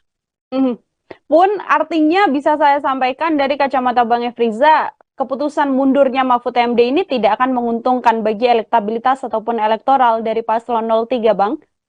Iya, sangat tidak menguntungkan bagi pasangan Ganjar Mahfud. Karena apa? Waktunya sangat mepet. Dan kalau seandainya Pak Jokowi pulang, itu pun prosedurnya 1-2 hari lagi kan. Berarti kan tinggal 11 hari. Kenapa dia memaksakan 11 hari untuk ikut pemilu? Untuk mundur hanya untuk integritas, etika, tapi ia mengabaikan sampai Oktober. Berapa bulan itu? Maret, April, Mei, Juni, Juli, Agustus, September, Oktober, ada sekitar 7-8 bulan. Ia bisa bekerja untuk rakyat. Dan kalau ia tidak masuk putaran kedua, apakah ia tidak mengecewakan masyarakat? Apakah ia akan dihargai atau dianggap pahlawan? Tidak. Masyarakat malah menganggap Mahfud itu emosional dalam mengambil keputusannya. Ia baper dalam posisi, bisa jadi elektabilitasnya dari Ganjar yang sedang turun ataupun posisi buncit, dan Mahfud baper karena diolok di cawapres, dan Mahfud baper karena dia bisa saja tidak diperhitungkan oleh PDIP kalau tidak mundur. Jadi dia mengambil posisi itu, tapi sayangnya itu bukan sikap dari seorang Mahfud MD yang biasa kita kenal, yang pemberani, yang kukuh pendirian, sebagai sosok yang kuat. Dia tidak pernah menaruh kepentingan orang lain, kepentingan kelompok selain kepentingan bangsa dan negara. Nyatanya kepentingan kelompok yang dikedepankan oleh Mahfud MD. Kepentingan kelompok yang kemudian dikedepankan oleh Mahfud MD. Oke, ini hari Kamis, esok Mahfud MD mengatakan akan bertemu Presiden Joko Widodo, surat sudah dibuat begitu ya, Bang Efriza, yang mana artinya ini sudah final keputusan dari Prof. Mahfud untuk mundur dari kabinet. Dengan mundurnya Mahfud MD ini kan masih ada 2 kandidat lagi yang masih bertugas begitu ya. Prabowo Subianto masih menjadi Menteri Pertahanan, Mas Gibran juga masih menjadi Wali Kota Solo. Apakah dengan mundurnya Mahfud ini juga bisa jadi salah satu kode atau desakan begitu ya untuk Prabowo dan juga Gibran sama-sama harus menanggalkan jabatannya? Kalau dari kacamata Bang Efriza seperti apa, Bang? Iya, sebelum menjawab ke Prabowo dan Gibran, saya ingin memberikan catatan kecil. Mahfud itu masih ada nilai jiwa baiknya dengan cara ia menunggu Pak Jokowi, dan dengan cara ia mau mengirim surat membahas dengan baik-baik dan menghormati Pak Jokowi. Dan itu adalah nilai dirinya Mahfud yang dulu kita kenal, bukan yang saat ini menjadi seorang politisi. Nah, kalau soal Prabowo Gibran, ini sudah jelas bahwa Buat apa semua menteri atau wali kota mundur hanya mendekati pemilihan umum, sementara syarat undang-undang membolehkan. Dan untuk apa? Apakah itu disebut etika? Apakah itu disebut integritas? Kalau itu disebut etika dan integritas, kenapa tidak dari awal? Kalau itu disebut etika dan integritas, kenapa tidak diatur sejak awal di dalam undang-undang? Kalau ini namanya memaksakan kehendak. Dan ini artinya mengabaikan masyarakat. Dan pertanyaannya adalah, apakah orang-orang baik tidak boleh tetap berada di pemerintahan, bekerja untuk masyarakat? Menang pemilu, kalah pemilu, itu hal biasa. Karena kita masih satu negara, tapi bekerja untuk masyarakat, menjalankan kewajiban bersama dengan masyarakat, membuat keputusan untuk masyarakat, itu adalah nilai semua politisi, semua orang yang terlibat di politik menginginkannya. Ya ingin bernilai untuk masyarakat, ya ingin ada di masyarakat, ya ingin bekerja untuk masyarakat. Nah, kenapa posisi itu ketika didapat malah berdebat untuk mundur? Sedangkan undang-undang tidak. Nah, ini adalah suatu hal yang saya rasa perdebatannya bisa dikatakan telat, terlambat, dan hanya untuk kepentingan kelompok perdebatan ini. Tidak benar-benar murni untuk kepentingan bangsa dan negara. Dan bayangkan dalam posisi kita saat ini lagi mau bangkit dalam pandemi. Orang-orang baik, orang-orang yang bisa bekerja harus mundur. Dan bagaimana posisi pemerintah yang sedang mau membangun, mau mensejahterakan masyarakat? Tentu dia harus memikirkan siapa lagi orang baik yang harus ditaruh. Seberapa cepat dia bisa bekerja. Dan seberapa cepat keputusan kebijakan itu yang baik untuk masyarakat bisa dihasilkan oleh mereka. Dan ini artinya mereka mengambil keputusan dengan emosional dan mereka menarasikan untuk masyarakat, padahal mereka lah yang mengabaikan masyarakat.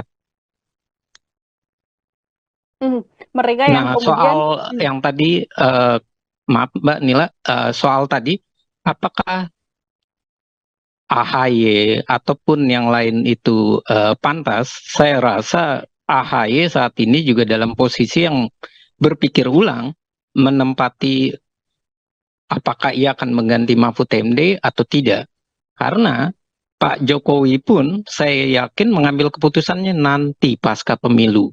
Kenapa? Karena kalau Pak Jokowi langsung mengganti Mahfud MD dengan Menko yang baru, ia tentunya akan bingung siapa yang pantas dan tidak menimbulkan perdebatan di masyarakat. Dan tentu perdebatan di masyarakat adalah kalau AHY tiba-tiba dimajukan, pasti masyarakat bilang, wah ini mah jelas sekali untuk kepentingan pemilu. Wah ini mah jelas sekali tidak ada proses fit and proper test. Ini mah hanya bagi-bagi kekuasaan. Dan banyak lagi narasi-narasi itu. Dan tentu pemerintah itu akan salah. Dan akan serba salah. Dan berikutnya AHY ketika mengambil itu, tentu dia akan merugikan dirinya. Ia tidak akan dinilai pantas. Jadi saya rasa akhirnya nanti Menko Polhukam dijabat dulu oleh menteri yang sudah ada di kabinet. Baru nanti dicari dan diproses seperti sebagaimana mestinya yang dilakukan oleh Presiden Joko Widodo. Dan saya pun memperkirakan Pak Presiden akan berpikir ke sana karena ada banyak hal. Tentu merembukan visi misi, menjelaskan tugasnya apa saja yang harus dijalankan, yang belum dijalankan, ataupun yang belum diselesaikan oleh Mahfud MD. Seperti itu, Mbak. Oke, ada nama AHY yang juga sudah bertemu dengan Presiden Joko Widodo dan melakukan beberapa kegiatan begitu ya. Ini digadang kemudian bisa menggantikan Mahfud MD. Kalau dari kacamata Bang Efriza, adakah sosok lain begitu ya yang kemudian layak untuk mengisi kursi Menko Polhukam di kondisi juga selama ini Mahfud MD cukup menjadi sosok yang patuh dan juga punya citra baik selama kinerjanya di pemerintahan, Bang. Ada sosok siapa saja kalau dari pandangan Bang Efriza? Iya, kalau berbicara sosok Menko Polhukam, baiknya ya, itu dijabat jangan orang partai. Dan tentu itu yang harus diperhitungkan karena ini adalah momen pemilu dan tentu ini juga yang kedua kriterianya yang memang paham akan hukum dan keamanan, termasuk di dalamnya adalah hukum tata negara.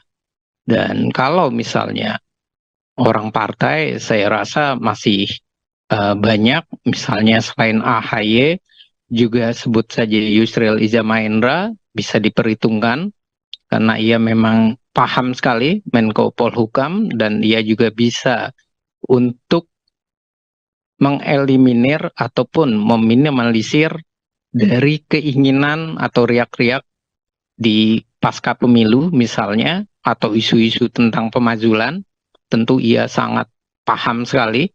Dan berikutnya juga banyak pakar-pakar hukum ketatanegaraan kita yang bisa dipilih dan diperhitungkan. Ya tentu narasi akademis itu boleh dipilih oleh Pak Joko Widodo, dan yang terbaik adalah bukan memilih orangnya sebenarnya saat ini yang harus dilakukan oleh Pak Presiden, adalah bagaimana Pak Presiden mau menunjukkan bahwa Mahfud MD sudah berbuat baik, maka Pak Presiden harus melakukan fit and proper test dengan cara memanggil beberapa kandidat, kemudian mewawancarainya, dan kemudian baru memprosesnya. Jadi jangan sampai membawa nama-nama itu dan langsung menetapkannya. Itu tidak baik untuk citra dari pemerintahan. Biar tampak bahwa pemerintahan ini walaupun ditinggalkan oleh Mahfud MD masih bisa mencari yang terbaik dengan cara melakukan proses yang terbaik. Dan ini tentu adalah sebuah bentuk bahwa pemerintah tidak baper kehilangan Mahfud MD, pemerintah tidak galau, dan pemerintah juga siap menunjukkan anak bangsa itu banyak yang hebat, banyak yang keren. Jadi Pak Mahfud sudah menjadi politisi tidak masalah, masih banyak profesional yang bisa bekerja sebagai Menko Polhukam maupun andainya menteri dari partai pun tidak masalah. Yang penting fit and proper test. Bagaimana prosesnya itu ya, Pak Jokowi bisa melakukan itu. Oke, yang penting memang punya kapasitas untuk bisa menduduki jabatan di Menko Polhukam. Seperti itu juga yang menjadi salah satu poin utama ya, Bang Efriza. Terakhir dari saya, Bang, ini kan dari Istana atau Presiden Joko Widodo sendiri mempersilahkan untuk Mahfud MD mundur sebagai hak seorang Mahfud MD begitu, dan juga keputusannya. Ini kalau dari kacamata Bang Efriza, apakah juga ada efek yang bisa dilihat oleh publik ke kabinet Presiden Joko Widodo yang sudah sedikit tidak solid begitu, atau hal ini justru bisa jadi salah satu penguat juga bahwa ya Istana tidak apa-apa kehilangan Mahfud MD dan Istana tetap solid bersama dengan kabinetnya di sisa masa jabatan Presiden Jokowi, Bang?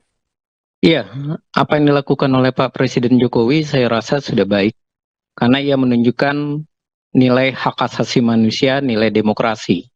Jadi pemerintah walaupun dikritik, walaupun banyak yang kecewa dengan pemerintah, Mahfud MD memilih mundur, PDI Perjuangan menarasikan negatif atau sentimen terhadap Presiden Joko Widodo, tapi pemerintahannya adalah pemerintahan yang berdasarkan hak asasi manusia, berdasarkan demokrasi. Walaupun hak prerogatif itu di Presiden, tapi ketika seseorang menteri menjadi milih mundur, itu adalah hal yang baik, bernilai positif, dan saya rasa itu patut untuk diacungkan jempol terhadap Pak Presiden Joko Widodo yang ia tidak memberikan sentimen ataupun bahasa-bahasa yang membuat masyarakat itu menjadi kontroversi, ia malah mendukung apapun keputusan.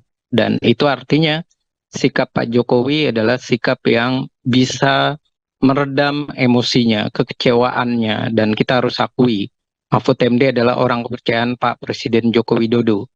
Dan itu yang pertama. Dan yang kedua, pemerintah ini tentunya ia menunjukkan bahwa pemerintah ini tetap solid. Jadi tidak ada pemerintahan ini menjadi pemerintahan yang kehilangan satu orang yang terbaik, anak bangsa, tokoh nasional, punya pengalaman tinggi, kemudian kita melupakan anak bangsa yang lain. Saya rasa itu adalah kebesaran hati Bapak Presiden Joko Widodo. Jadi walaupun dia dihujat, dia dibenci, tapi dia menunjukkan sebuah nilai pendidikan politik bagi masyarakat.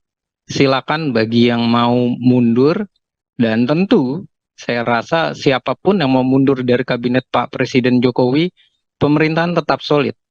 Mengapa pemerintahan tetap solid? Karena presidennya itu menunjukkan tidak ada masalah, dan dia menunjukkan tidak dengan komentar yang negatif, sinis, ataupun komentar yang marah-marah. Dan itu saya rasa nilainya sangat tinggi ya bagi seorang pemimpin ya. Tinggi ini artinya tingkat emosionalnya begitu bisa terjaga, dan tentu ini adalah sebuah hal yang menunjukkan bahwa kalau di luar kan saat ini ada narasi minta para pementeri itu mundur. Itu secara tidak langsung menunjukkan bahwa legitimasi pemerintah itu masih tinggi. Bahwa pemerintah ini masih bisa dipercaya. Pemerintah ini tidak masalah. Karena pemerintah ini hilang satu, tumbuh 1000. Seperti yang dikatakan oleh PDI Perjuangan. Dan ini yang malah menunjukkan hilang satu, tumbuh 1000 itu dimiliki oleh pemerintah, bukan PDI Perjuangan. Karena PDI Perjuangan begitu ketakutan ketika Mahfud tidak keluar dari kabinet. Dan berarti satu orang Mahfud ini bisa mempengaruhi ribuan kader PDI Perjuangan yang harusnya soliditas itu udah kuat di PDI Perjuangan, dan dia tidak perlu untuk khawatir dengan Gibran maupun Prabowo. Dan ini adalah sebuah blunder yang dilakukan ataupun untuk menghadang ataupun untuk menarasikan semua pejabat yang terbaik adalah yang mundur. Dan ini adalah kesalahan melihat konteks dalam undang-undang. Tidak seperti itu cara membaca integritas dan etika. Mundur kalau terakhir itu bukan pahlawan, tapi bisa jadi itu adalah seorang yang tidak berani untuk bertanggung jawab terhadap rakyatnya. Tidak berani bertanggung jawab terhadap kinerja yang sedang dilakukannya, yang diperjuangkannya. Dan itu artinya sosok politisi yang cepat sekali bapernya. Seperti itu, Mbak. Oke, sedikit Bang Efriza sebelum kita closing, menyoal tadi hujatan yang kemudian muncul ke Presiden Joko Widodo terkait bagaimana netralitas Presiden Jokowi di kondisi sang putra juga merupakan calon wakil presiden. Ditambah lagi ada statement bahwa presiden boleh tidak melanggar aturan untuk bisa memihak. Apakah kemudian mundurnya Mahfud MD ini juga bisa dimaknai bahwa sedianya ini adalah kritik juga yang disampaikan Mahfud MD pada Presiden Joko Widodo, atau seperti apa kalau dari kacamata Bang Efriza? Iya, kalau dari kacamata kita melihatnya bahwa keberpihakan lagi-lagi, karena Mahfud ini tentu melihatnya dari undang-undang, keberpihakan dan presiden itu haruslah didudukkan. Kalau presiden ingin berkampanye, tentunya presiden harus izin dulu undang-undang, dan tentu harus merubah atau merevisi TKN-nya. Kalau memang dia pro terhadap TKN. Dan kalau melihat kemarin, Pak Presiden Joko Widodo itu pada dasarnya, dia menunjukkan, dia memberikan pendidikan politik. Dan pendidikan politiknya itu begitu keras. Dan itu adalah sebuah, kalau saya bilang, tamparan bagi PDI Perjuangan. Yang minta bahwa Pak Jokowi untuk gentle, menyatakan berpihak.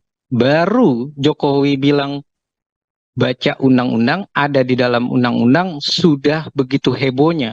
Bagaimana kalau Pak Presiden Joko Widodo benar-benar berpihak? Sudah tidak kebayang bagaimana situasi politik Indonesia memanasnya. Dan saya lihat Pak Presiden tidak menunjukkan keberpihakannya. Dan memang kesalahan terbesar dari Presiden Joko Widodo adalah ia membuat kisru. Kesalahan terbesarnya adalah soal moral dan etis. Tapi keberpihakannya sampai saat ini tidak bisa dilihat ataupun dibaca dengan cara yang terang. Kalau memang terang benderang kita bisa membacanya, tentu Bawaslu harus memproses, menyelesaikan itu, dan Bawaslu harus membuat keputusannya apa terhadap Pak Presiden. Nah, sampai saat ini kan sulit untuk melakukan itu. Dan itu menunjukkan bahwa Pak Presiden itu masih dalam posisi netral. Tapi harus saya akui, Bapak Presiden Joko Widodo adalah penyebab kisrunya demokrasi di Indonesia. Dan beliau memang tokohnya untuk kekisruan ini. Tapi soal kemarin, dia adalah memberikan pendidikan politik. Kita diminta untuk membaca undang-undang, menyadari bahwa memang presiden itu di dalam undang-undang boleh berpihak. Bahkan Adian pun sebelum terjadi presiden pindah ke Gibran, bulan tahun 2022 atau 2023 sebelum pencaplesan, ia sudah menyatakan bahwa presiden itu boleh berkampanye. Presiden bisa jadi kita masukkan di dalam. Nah, sekarang kan ini menjadi sebuah bahasa yang terkesan etika, tapi kemarin kenapa ramai-ramai politisi kita mengizinkannya, membuat aturan itu ada? Ya karena Pak Presiden itu masih dianggap berbaju PDI Perjuangan, bukan berbaju ketidakjelasan atau abu-abu. Dan ini artinya politisi kita ini adalah politisi yang dalam membuat undang-undang, dalam prosesnya hanya reaktif, reaksioner. Ketika merasa tidak menguntungkan, rame-rame ditolak. Ketika merasa untung, rame-rame dibuat. Jadi bukan undang-undang yang akhirnya menjadi patokan, tapi sesuka hati mereka, semau mereka, untung buat mereka dijalankan, nggak untung buat mereka, mari rame-rame menolaknya. Seperti itulah gambaran bagaimana perpolitikan di Indonesia saat ini, dan narasinya adalah narasi yang saya rasa bukan memberikan pendidikan politik, tapi rame-rame narasinya adalah menghujat Presiden Joko Widodo. Jadi saya bisa katakan ya ini memang ada kekisruhan yang dilakukan oleh Presiden, tapi dalam bernegara kita bisa menyatakan ada kemunduran kita dalam melihat atau membaca undang-undang. Semuanya bisa dibaca seenaknya politisi, semaunya mereka, tapi ketika membuat, mereka mengabaikan. Presiden Joko Widodo, Jokowi, melakukan pertemuan dengan Ketua Umum Partai Demokrat Agus Harimurti Yudhoyono, AHY, pada Minggu, tanggal 28 Januari tahun 2024 pagi. Pertemuan antara Jokowi dengan AHY berlangsung di Yogyakarta. Berdasarkan video yang diperoleh tribunnews.com, tampak Jokowi dan AHY sedang menyantap makanan bersama. Mereka duduk berhadap-hadapan sesekali menyantap makanan yang telah disuguhkan di depan mereka. Seperti diketahui, AHY dan Jokowi sejak beberapa hari lalu berada di Yogyakarta. Jokowi bermain bola bersama warga di lapangan Gamplong, Moyudan, Kabupaten Sleman pada Sabtu, tanggal 27 Januari tahun 2024 sore. Sementara AHY berada di Yogyakarta untuk berkampanye. Sejumlah hal dibahas oleh Presiden bersama AHY dalam pertemuan tersebut. Mulai dari topik ringan, masalah kebangsaan hingga situasi politik sekarang ini. Pertemuan dengan Mas AHY membicarakan mulai hal-hal yang ringan-ringan sampai dengan persoalan kebangsaan dan situasi perpolitikan di tanah air, kata Koordinator Staf Khusus Presiden, Ari Dwipayana. Menurut Ari, pertemuan antara Jokowi dengan AHY merupakan hal biasa. Presiden Jokowi kerap menggelar pertemuan dengan tokoh-tokoh politik, terutama pada akhir pekan. Presiden bertemu dengan tokoh-tokoh politik adalah hal yang biasa. Apalagi itu dilakukan di hari libur, dalam suasana informal, rileks, sambil sarapan, katanya. Pertemuan tersebut, kata Ari, dilakukan untuk menjalin komunikasi dan silaturahmi antar tokoh politik untuk kebaikan bangsa. Karena persoalan bangsa tidak bisa diselesaikan sendiri, perlu semangat kolaborasi, kerjasama dan sinergi, katanya. Sebelumnya Presiden sejak awal tahun ini menggelar pertemuan dengan sejumlah ketua umum partai pengusung Prabowo Gibran. Presiden bertemu dengan Ketua Umum Gerindra yang juga Capres nomor urut 2, Prabowo Subianto pada Jumat malam, tanggal 5 Januari tahun 2023. Presiden menggelar makan malam secara tertutup dengan Prabowo di Rumah Makan Seribu Rasa Menteng, Jakarta Pusat. Keesokan harinya, Sabtu tanggal 6 Januari tahun 2023 Presiden bertemu dengan Ketua Umum Golkar Airlangga Hartarto di Istana Bogor, Jawa Barat. Dalam kesempatan tersebut Presiden olahraga pagi dan sarapan bersama Airlangga. Setelah itu, satu hari kemudian tepatnya Minggu tanggal 7 Januari tahun 2023, Presiden bertemu Ketua Umum PAN Zulkifli Hasan. Presiden makan siang bersama Zulkifli di meja restoran, Baranang Siang, Kota Bogor, Jawa Barat.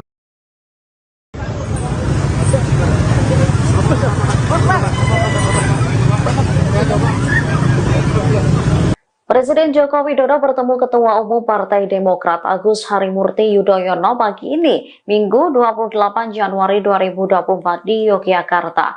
Keduanya pun terlihat akrab saat berbincang-bincang. Dari video yang Tribun News terima, keduanya tampak mengenakan baju santai. AHY tampak menggunakan kaos lengan pendek berwarna biru, sementara Jokowi mengenakan kaos lengan panjang berwarna hitam. Keduanya terlihat berbincang diselingi senyum Jokowi. Di meja mereka juga terdapat makanan dan minuman. Belum diketahui keduanya mengobrol soal apa dalam pertemuan ini. Seperti diketahui, AHY dan Jokowi sejak kemarin Sabtu 27 Januari berada di Yogyakarta. Jokowi bermain bola bersama warga di lapangan Gamplong, Moyudan, Kabupaten Sleman pada Sabtu 27 Januari sore. Sementara hari ini AHY berada di Yogyakarta untuk berkampanye. Sebelum menemui Sri Sultan Hamengkubuwono atau HB ke-10, Presiden Jokowi ini sempat bertemu dengan Ketua Umum Partai Demokrat Agus Harimurti Yudhoyono atau AHY pada Minggu 28 Januari 2024 hari ini. Keduanya diketahui berolahraga pagi di sekitar wilayah alun-alun Yogyakarta. Setelah bersepeda, saudara, diketahui AHY dan Presiden Jokowi melanjutkan sarapan bersama, tepatnya di kawasan kuliner Gudeg di Wijilan. Koordinator Staf Khusus Presiden Ari Dwi Payana mengatakan pertemuan Presiden Jokowi dan AHY membicarakan sejumlah hal-hal ringan. Selain itu, keduanya juga membahas persoalan kebangsaan dan situasi perpolitikan di tanah air. Ari menyebut pertemuan antara Jokowi dengan AHY merupakan hal biasa. Presiden kerap menggelar pertemuan dengan tokoh-tokoh politik, terutama di akhir pekan.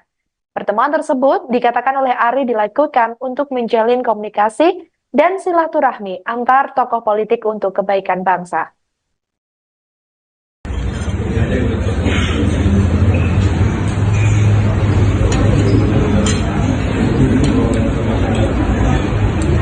Presiden Joko Widodo bertemu dengan Ketua Umum Partai Demokrat Agus Harimurti Yudhoyono atau AHY di Yogyakarta pada Minggu 28 Januari. Adapun Demokrat sendiri mengusung pasangan Prabowo Gibran sebagai Capres-Cawapres 2024. Pihak istana membongkar isi pembicaraan antara Jokowi dan AHY saat bertemu di Yogyakarta. Koordinator Staf Khusus Presiden Ari Dwi Payana menyatakan Jokowi dan AHY membahas beberapa topik. Salah satu topik yang dibahas adalah situasi politik di tanah air. Selain itu, kedua tokoh tersebut juga membahas beragam isu ringan. Ari mengatakan pertemuan Presiden dengan beberapa tokoh politik merupakan hal biasa. Menurutnya, Jokowi dan AHY mengobrol dengan rileks saat bertemu di Yogyakarta. Pertemuan Presiden dengan tokoh politik disebut Ari dilakukan untuk menjalin komunikasi dan silaturahmi. Menurut Ari, komunikasi itu perlu didukung terutama untuk kebaikan dan kemajuan bangsa. Koordinator Staf Khusus Presiden Ari Dwi Payana mengungkap isi pertemuan antara Presiden Joko Widodo dengan Sri Sultan Hamengkubuwono X di Yogyakarta pada Minggu 28 Januari kemarin.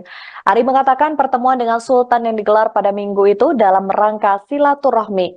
Sebab menurutnya kunjungan itu biasa dilakukan oleh Presiden saat menginap di Yogyakarta. Selain itu, Jokowi juga sempat bertemu dengan Ketua Umum Partai Demokrat, yakni Agus Harimurti Yudhoyono atau AHY. Menurut Ari, pertemuan Jokowi dengan AHY yang digelar pada minggu pagi juga merupakan acara santai.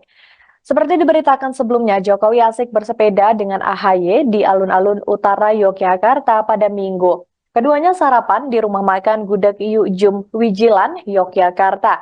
Adapun setelah sekitar 45 menit sarapan sambil berbincang, Jokowi dan AHY kembali menuju Gedung Agung. Sampai di depan Gedung Agung, AHY pamit kepada Jokowi untuk melanjutkan kegiatan berikutnya. Setelah itu, Presiden Jokowi bertemu dengan Gubernur Daerah Istimewa Yogyakarta, Sri Sultan Hamengkubuwono X. Pertemuan tersebut digelar secara tertutup di Keraton Kilen selama 1 jam.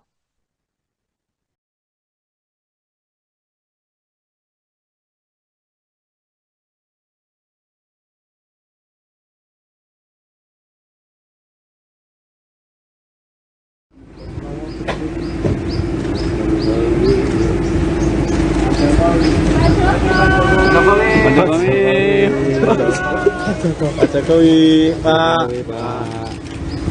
Sehat, Pak.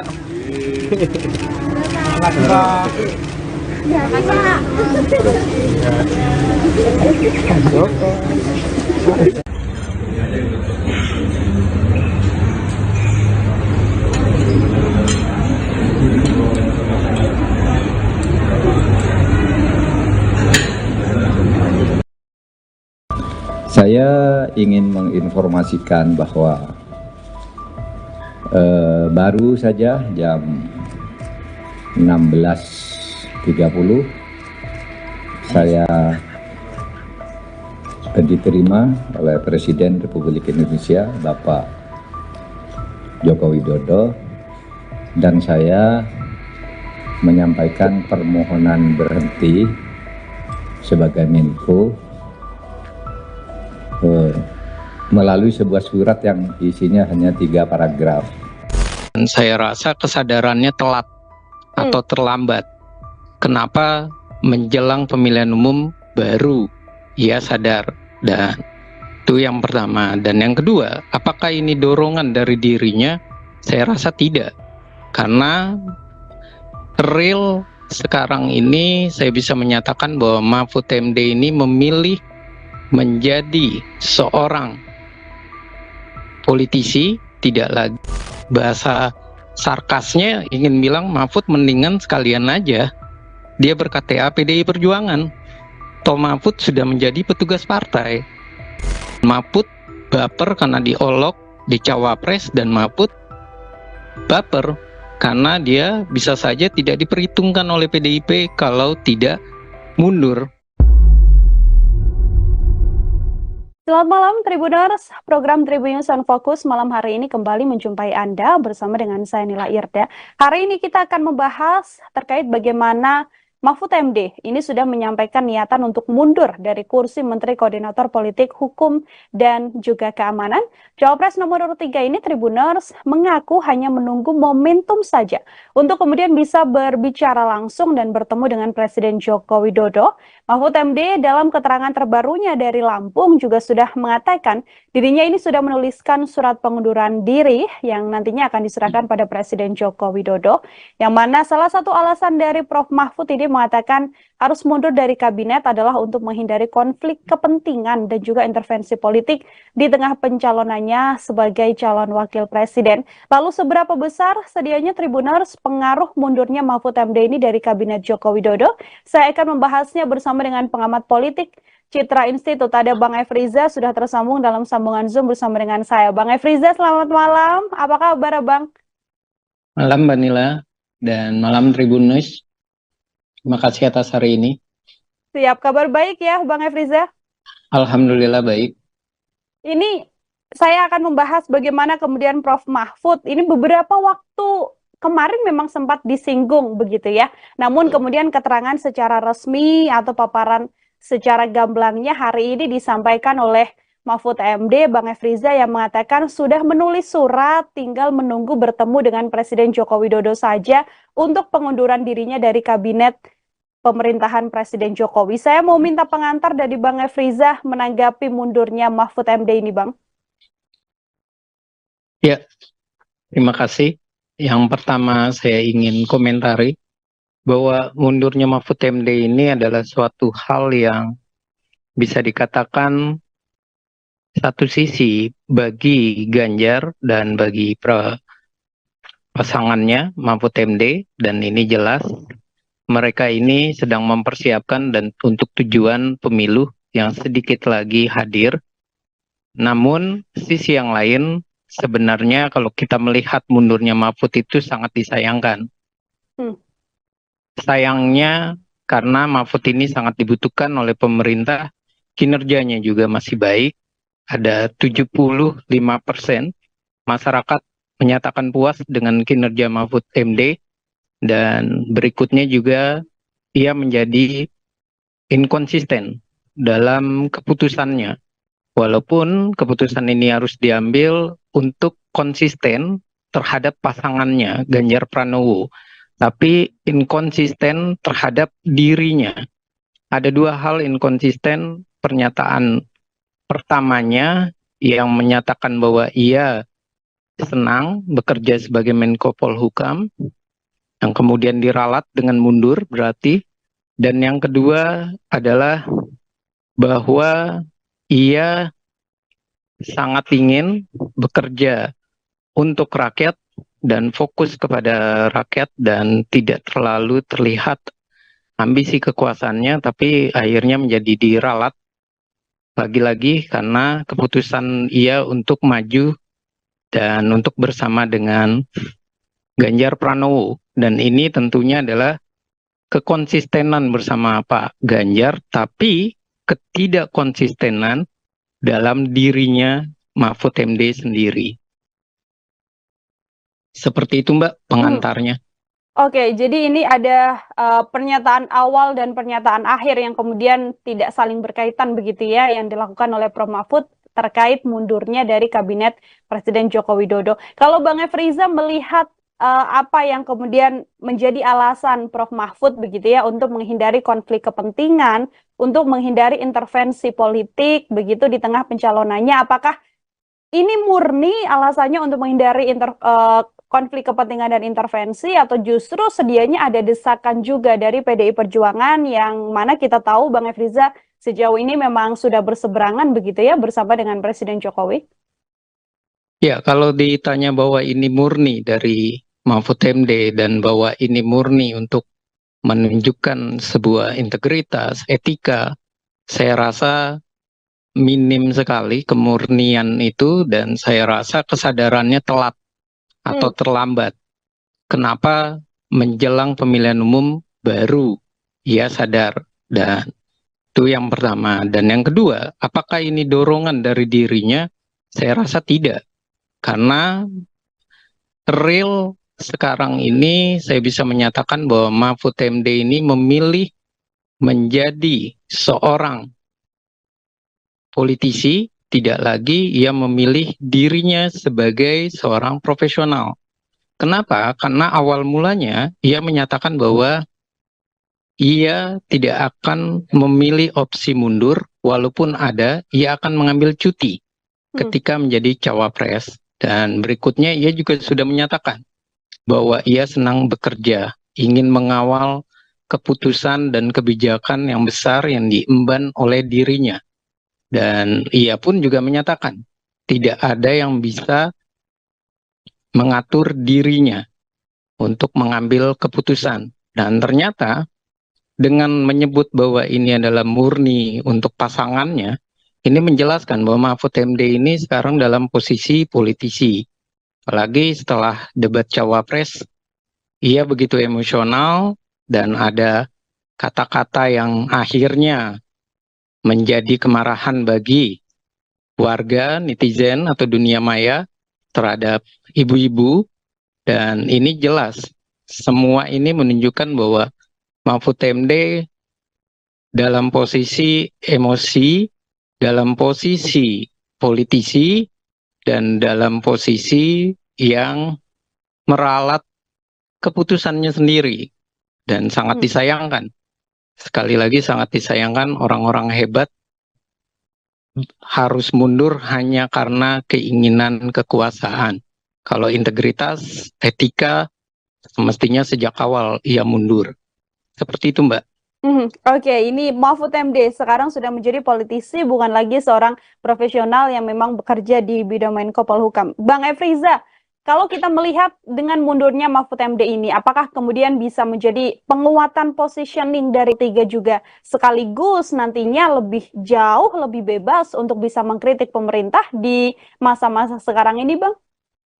Ya, kalau untuk ditanya apakah ini akan menguatkan posisinya, saya rasa posisi dari Ganjar Mahfud dengan mundurnya Mahfud MD ini membuktikan bahwa mereka itu sedang resah, sedang khawatir. Dan mereka menggunakan berbagai cara supaya terkesan bahwa mereka ini akan mendongkrak elektabilitas. Tapi kalau kita berbicara lagi, tentu ini akan menciptakan masyarakat yang kesal dengan Mahfud. Karena ia sudah menyatakan lebih dulu.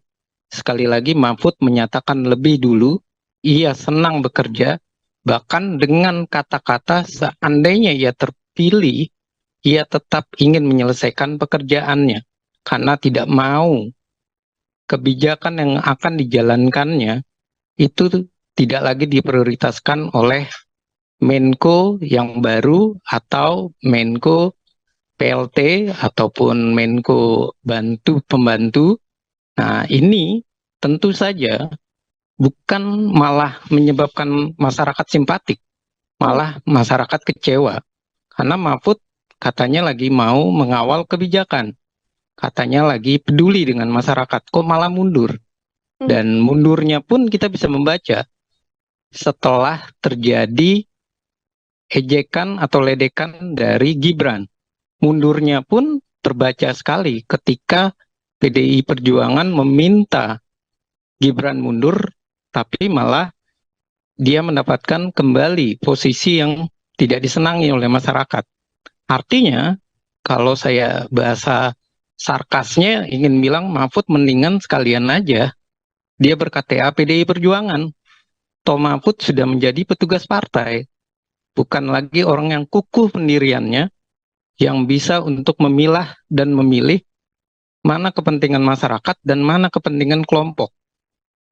Seperti janjinya Mahfud MD waktu ia mau dicawapreskan. Ia berkata bahwa ia tidak akan bisa diatur. Nyatanya menjelang pemilu, ia roboh juga fondasinya. Roboh juga keprofesionalannya. Dan saya sedikit sedih ya, komentar saya ini, dan sedikit emosional ya, bisa dikatakan emosional dalam arti sayang sekali orang baik harus meninggalkan pemerintahan dengan cara yang ambisi kekuasaan. Dengan cara meralat kebijakan atau keputusannya sendiri. Bukan malah menjadi pahlawan, ia malah berkorban. Apakah sia-sia atau tidak, nanti keputusannya di pemilihan umum nantinya. Pun artinya bisa saya sampaikan dari kacamata Bang Efriza, keputusan mundurnya Mahfud MD ini tidak akan menguntungkan bagi elektabilitas ataupun elektoral dari paslon 03, Bang? Iya. Sangat tidak menguntungkan bagi pasangan Ganjar Mahfud. Karena apa? Waktunya sangat mepet. Dan kalau seandainya Pak Jokowi pulang, itu pun prosedurnya 1-2 hari lagi kan. Berarti kan tinggal 11 hari. Kenapa dia memaksakan 11 hari untuk ikut pemilu? Untuk mundur hanya untuk integritas, etika, tapi ia mengabaikan sampai Oktober. Berapa bulan itu? Maret, April, Mei, Juni, Juli, Agustus, September, Oktober, ada sekitar 7-8 bulan. Ia bisa bekerja untuk rakyat. Dan kalau ia tidak masuk putaran kedua, apakah ia tidak mengecewakan masyarakat? Apakah ia akan dihargai atau dianggap pahlawan? Tidak. Masyarakat malah menganggap Mahfud itu emosional dalam mengambil keputusannya.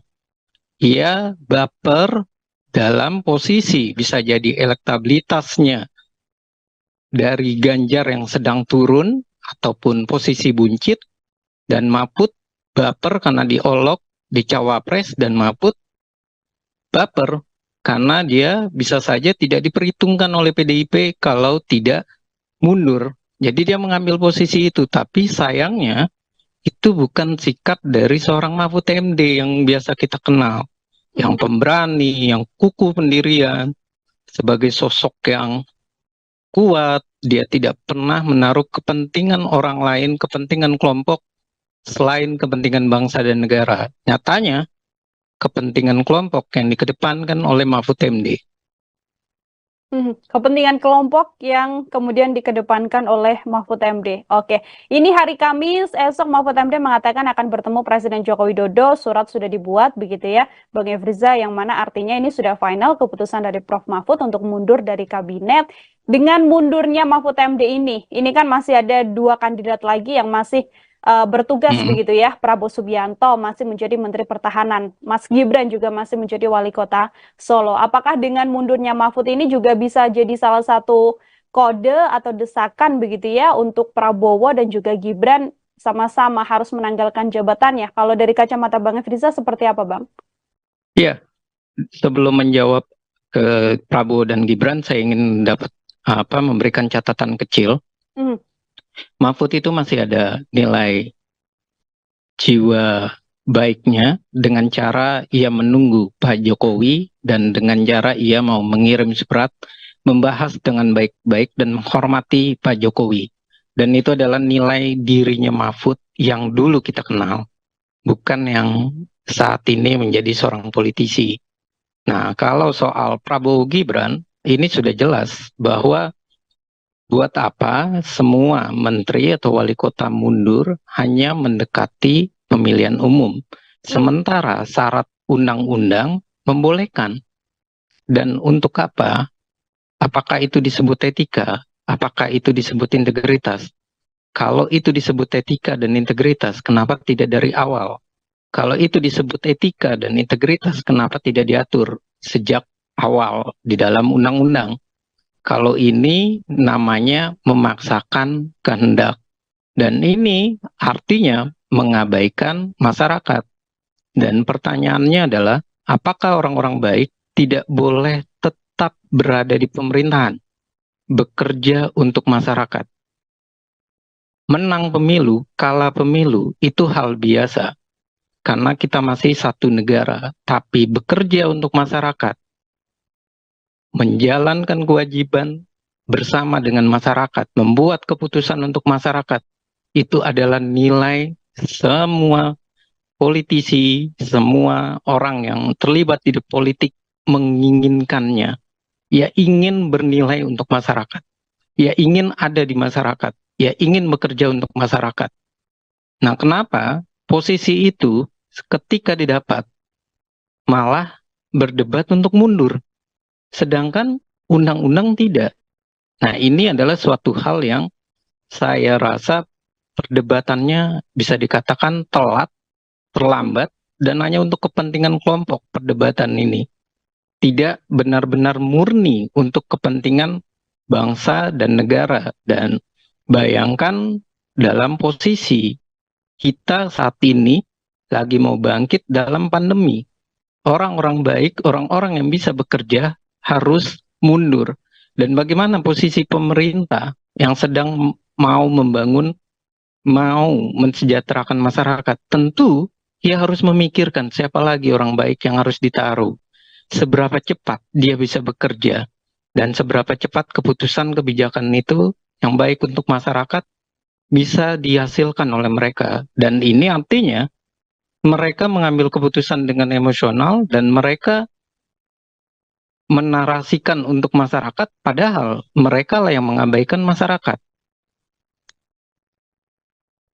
Mereka yang kemudian soal yang tadi, maaf Mbak Nila, soal tadi, apakah AHY ataupun yang lain itu pantas? Saya rasa AHY saat ini juga dalam posisi yang berpikir ulang, menempati apakah ia akan mengganti Mahfud MD atau tidak.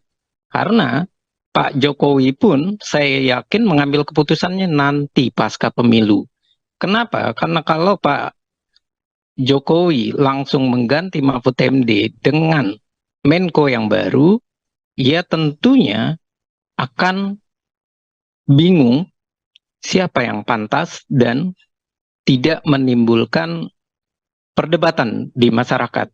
Dan tentu perdebatan di masyarakat adalah kalau AHY tiba-tiba dimajukan pasti masyarakat bilang, wah ini mah jelas sekali untuk kepentingan pemilu.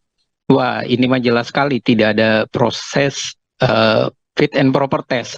Ini mah hanya bagi-bagi kekuasaan. Dan banyak lagi narasi-narasi itu. Dan tentu pemerintah itu akan salah dan akan serba salah. Dan berikutnya AHY ketika mengambil itu tentu dia akan merugikan dirinya. Ia tidak akan dinilai pantas. Jadi saya rasa akhirnya nanti Menko Polhukam dijabat dulu oleh menteri yang sudah ada di kabinet.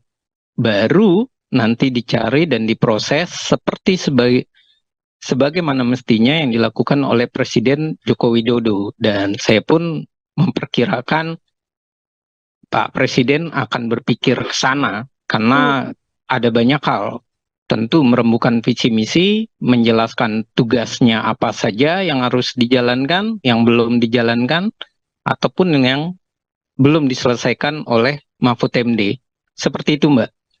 Oke, ada nama AHY yang juga sudah bertemu dengan Presiden Joko Widodo dan melakukan beberapa kegiatan begitu ya. Ini digadang kemudian bisa menggantikan Mahfud MD. Kalau dari kacamata Bang Efriza, adakah sosok lain begitu ya yang kemudian layak untuk mengisi kursi Menko Polhukam di kondisi juga selama ini Mahfud MD cukup menjadi sosok yang patuh dan juga punya citra baik selama kinerjanya di pemerintahan, Bang? Ada sosok siapa saja kalau dari pandangan Bang Efriza?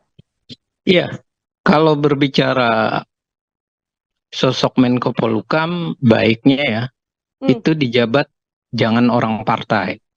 Dan tentu itu yang harus diperhitungkan karena ini adalah momen pemilu dan tentu ini juga yang kedua kriterianya yang memang paham akan hukum dan keamanan, termasuk di dalamnya adalah hukum tata negara. Dan kalau misalnya orang partai, saya rasa masih banyak, misalnya selain AHY, juga sebut saja Yusril Iza Mahendra bisa diperhitungkan karena ia memang paham sekali Menko Polhukam dan ia juga bisa untuk mengeliminir ataupun meminimalisir dari keinginan atau riak-riak di pasca pemilu misalnya atau isu-isu tentang pemazulan. Tentu ia sangat paham sekali dan berikutnya juga banyak pakar-pakar hukum ketatanegaraan kita yang bisa dipilih dan diperhitungkan. Ya tentu narasi akademis itu boleh dipilih oleh Pak Joko Widodo dan yang terbaik adalah bukan memilih orangnya sebenarnya saat ini yang harus dilakukan oleh Pak Presiden adalah bagaimana Pak Presiden mau menunjukkan bahwa Mahfud MD sudah berbuat baik, maka Pak Presiden harus melakukan fit and proper test dengan cara memanggil beberapa kandidat, kemudian mewawancarainya, dan kemudian baru memprosesnya. Jadi jangan sampai membawa nama-nama itu dan langsung menetapkannya. Itu tidak baik untuk citra dari pemerintahan. Biar tampak bahwa pemerintahan ini walaupun ditinggalkan oleh Mahfud MD masih bisa mencari yang terbaik dengan cara melakukan proses yang terbaik. Dan ini tentu adalah sebuah bentuk bahwa pemerintah tidak baper kehilangan Mahfud MD, pemerintah tidak galau, dan pemerintah juga siap menunjukkan anak bangsa itu banyak yang hebat, banyak yang keren. Jadi Pak Mahfud sudah menjadi politisi tidak masalah, masih banyak profesional yang bisa bekerja sebagai Menko Polhukam maupun andainya menteri dari partai pun tidak masalah. Yang penting fit and proper test. Bagaimana prosesnya itu ya, Pak Jokowi bisa melakukan itu. Oke, yang penting memang punya kapasitas untuk bisa menduduki jabatan di Menko Polhukam. Seperti itu juga yang menjadi salah satu poin utama ya, Bang Efriza. Terakhir dari saya, Bang, ini kan dari Istana atau Presiden Joko Widodo sendiri mempersilahkan untuk Mahfud MD mundur sebagai hak seorang Mahfud MD begitu, dan juga keputusannya. Ini kalau dari kacamata Bang Efriza, apakah juga ada efek yang bisa dilihat oleh publik ke kabinet Presiden Joko Widodo yang sudah sedikit tidak solid begitu, atau hal ini justru bisa jadi salah satu penguat juga bahwa ya istana tidak apa-apa kehilangan Mahfud MD dan istana tetap solid bersama dengan kabinetnya di sisa masa jabatan Presiden Jokowi, Bang? Iya, apa yang dilakukan oleh Pak Presiden Jokowi saya rasa sudah baik.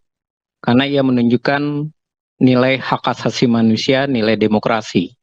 Jadi pemerintah walaupun dikritik, walaupun banyak yang kecewa dengan pemerintah, Mahfud MD memilih mundur, PDI Perjuangan menarasikan negatif atau sentimen terhadap Presiden Joko Widodo, tapi pemerintahannya adalah pemerintahan yang berdasarkan hak asasi manusia, berdasarkan demokrasi. Walaupun hak prerogatif itu di presiden, tapi ketika seseorang menteri menjadi milih mundur, itu adalah hal yang baik, bernilai positif, dan saya rasa itu patut untuk diacungkan jempol terhadap Pak Presiden Joko Widodo yang ia tidak memberikan sentimen ataupun bahasa-bahasa yang membuat masyarakat itu menjadi kontroversi, ia malah mendukung apapun keputusan. Dan itu artinya sikap Pak Jokowi adalah sikap yang bisa meredam emosinya, kekecewaannya, dan kita harus akui Mahfud MD adalah orang kepercayaan Pak Presiden Joko Widodo. Dan itu yang pertama. Dan yang kedua, pemerintah ini tentunya ia menunjukkan bahwa pemerintah ini tetap solid. Jadi tidak ada pemerintahan ini menjadi pemerintahan yang kehilangan satu orang yang terbaik, anak bangsa, tokoh nasional, punya pengalaman tinggi, kemudian kita melupakan anak bangsa yang lain. Saya rasa itu adalah kebesaran hati Bapak Presiden Joko Widodo. Jadi walaupun dia dihujat, dia dibenci, tapi dia menunjukkan sebuah nilai pendidikan politik bagi masyarakat. Silakan bagi yang mau mundur, dan tentu saya rasa siapapun yang mau mundur dari kabinet Pak Presiden Jokowi, pemerintahan tetap solid. Mengapa pemerintahan tetap solid? Karena presidennya itu menunjukkan tidak ada masalah, dan dia menunjukkan tidak dengan komentar yang negatif, sinis, ataupun komentar yang marah-marah. Dan itu saya rasa nilainya sangat tinggi ya bagi seorang pemimpin ya. Tinggi ini artinya tingkat emosionalnya begitu bisa terjaga, dan tentu ini adalah sebuah hal yang menunjukkan bahwa kalau di luar kan saat ini ada narasi minta para pementeri itu mundur. Itu secara tidak langsung menunjukkan bahwa legitimasi pemerintah itu masih tinggi. Bahwa pemerintah ini masih bisa dipercaya. Pemerintah ini tidak masalah, karena pemerintah ini hilang satu, tumbuh 1000, seperti yang dikatakan oleh PDI Perjuangan. Dan ini yang malah menunjukkan hilang satu, tumbuh 1000 itu dimiliki oleh pemerintah, bukan PDI Perjuangan. Karena PDI Perjuangan begitu ketakutan ketika Mahfud tidak keluar dari kabinet. Dan berarti satu orang Mahfud ini bisa mempengaruhi ribuan kader PDI Perjuangan yang harusnya soliditas itu udah kuat di PDI Perjuangan, dan dia tidak perlu untuk khawatir dengan Gibran maupun Prabowo. Dan ini adalah sebuah blunder yang dilakukan ataupun untuk menghadang ataupun untuk menarasikan semua pejabat yang terbaik adalah yang mundur. Dan ini adalah kesalahan melihat konteks dalam undang-undang. Tidak seperti itu cara membaca integritas dan etika.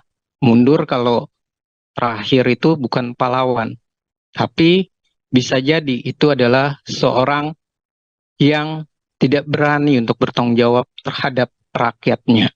Tidak berani bertanggung jawab terhadap kinerja yang sedang dilakukannya, yang diperjuangkannya. Dan itu artinya sosok politisi yang cepat sekali bapernya. Seperti itu, Mbak. Oke, sedikit Bang Efriza sebelum kita closing, menyoal tadi hujatan yang kemudian muncul ke Presiden Joko Widodo terkait bagaimana netralitas Presiden Jokowi di kondisi sang putra juga merupakan calon wakil presiden. ditambah lagi ada statement bahwa presiden boleh tidak melanggar aturan untuk bisa memihak. Apakah kemudian mundurnya Mahfud MD ini juga bisa dimaknai bahwa sedianya ini adalah kritik juga yang disampaikan Mahfud MD pada Presiden Joko Widodo, atau seperti apa kalau dari kacamata Bang Efriza? Iya, kalau dari kacamata kita melihatnya bahwa keberpihakan lagi-lagi, karena Mahfud ini tentu melihatnya dari undang-undang, keberpihakan dan presiden itu haruslah didudukkan. Kalau presiden ingin berkampanye, tentunya presiden harus izin dulu undang-undang dan tentu harus merubah atau merevisi TKN-nya. Kalau memang dia pro terhadap TKN. Dan kalau melihat kemarin, Pak Presiden Joko Widodo itu pada dasarnya, dia menunjukkan, dia memberikan pendidikan politik. Dan pendidikan politiknya itu begitu keras. Dan itu adalah sebuah, kalau saya bilang, tamparan bagi PDI Perjuangan. Yang minta bahwa Pak Jokowi untuk gentle, menyatakan berpihak. Baru Jokowi bilang, baca undang-undang, ada di dalam undang-undang, sudah begitu hebohnya. Bagaimana kalau Pak Presiden Joko Widodo benar-benar berpihak? Sudah tidak kebayang bagaimana situasi politik Indonesia memanasnya. Dan saya lihat Pak Presiden tidak menunjukkan keberpihakannya. Dan memang kesalahan terbesar dari Presiden Joko Widodo adalah ia membuat kisru. Kesalahan terbesarnya adalah soal moral dan etis. Tapi keberpihakannya sampai saat ini tidak bisa dilihat ataupun dibaca dengan cara yang terang. Kalau memang terang benderang kita bisa membacanya, tentu Bawaslu harus memproses, menyelesaikan itu. Dan Bawaslu harus membuat keputusannya apa terhadap Pak Presiden. Nah, sampai saat ini kan sulit untuk melakukan itu.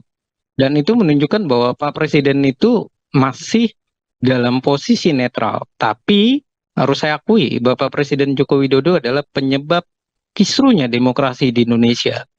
Dan beliau memang tokohnya untuk kekisruhan ini. Tapi soal kemarin, dia adalah memberikan pendidikan politik. Kita diminta untuk membaca undang-undang, menyadari bahwa memang presiden itu di dalam undang-undang boleh berpihak.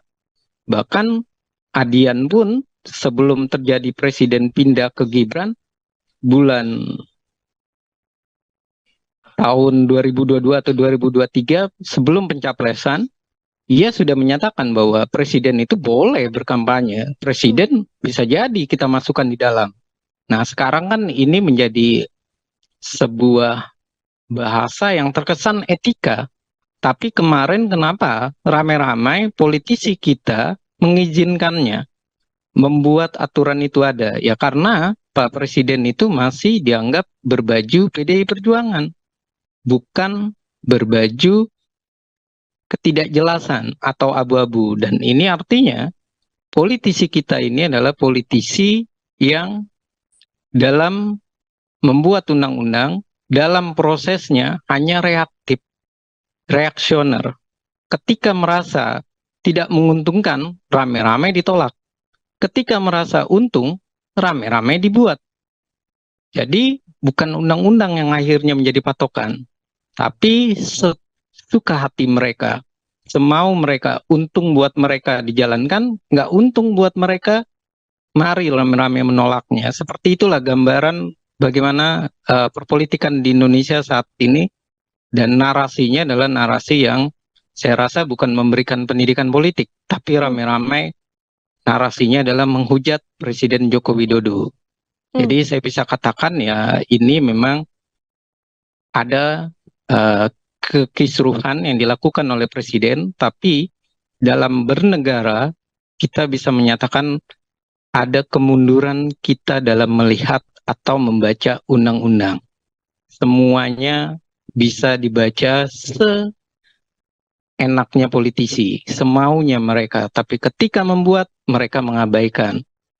Presiden Joko Widodo, Jokowi, melakukan pertemuan dengan Ketua Umum Partai Demokrat Agus Harimurti Yudhoyono, AHY, pada Minggu, tanggal 28 Januari tahun 2024 pagi. Pertemuan antara Jokowi dengan AHY berlangsung di Yogyakarta. Berdasarkan video yang diperoleh tribunnews.com, tampak Jokowi dan AHY sedang menyantap makanan bersama. Mereka duduk berhadap-hadapan sesekali menyantap makanan yang telah disuguhkan di depan mereka. Seperti diketahui, AHY dan Jokowi sejak beberapa hari lalu berada di Yogyakarta. Jokowi bermain bola bersama warga di lapangan Gamplong, Moyudan, Kabupaten Sleman pada Sabtu, tanggal 27 Januari tahun 2024 sore.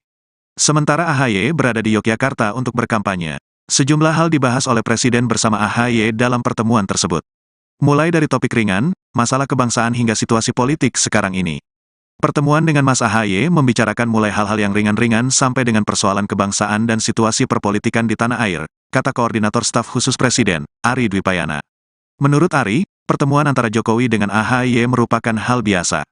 Presiden Jokowi kerap menggelar pertemuan dengan tokoh-tokoh politik, terutama pada akhir pekan. Presiden bertemu dengan tokoh-tokoh politik adalah hal yang biasa. Apalagi itu dilakukan di hari libur, dalam suasana informal, rileks, sambil sarapan, katanya. Pertemuan tersebut, kata Ari, dilakukan untuk menjalin komunikasi dan silaturahmi antar tokoh politik untuk kebaikan bangsa. Karena persoalan bangsa tidak bisa diselesaikan sendiri, perlu semangat kolaborasi, kerjasama dan sinergi, katanya. Sebelumnya Presiden sejak awal tahun ini menggelar pertemuan dengan sejumlah ketua umum partai pengusung Prabowo Gibran. Presiden bertemu dengan Ketua Umum Gerindra yang juga Capres nomor urut 2, Prabowo Subianto pada Jumat malam, tanggal 5 Januari tahun 2023. Presiden menggelar makan malam secara tertutup dengan Prabowo di Rumah Makan Seribu Rasa Menteng, Jakarta Pusat. Keesokan harinya, Sabtu tanggal 6 Januari tahun 2023 Presiden bertemu dengan Ketua Umum Golkar Airlangga Hartarto di Istana Bogor, Jawa Barat. Dalam kesempatan tersebut Presiden olahraga pagi dan sarapan bersama Airlangga. Setelah itu, satu hari kemudian tepatnya Minggu tanggal 7 Januari tahun 2023, Presiden bertemu Ketua Umum PAN Zulkifli Hasan. Presiden makan siang bersama Zulkifli di meja restoran, Baranang Siang, Kota Bogor, Jawa Barat.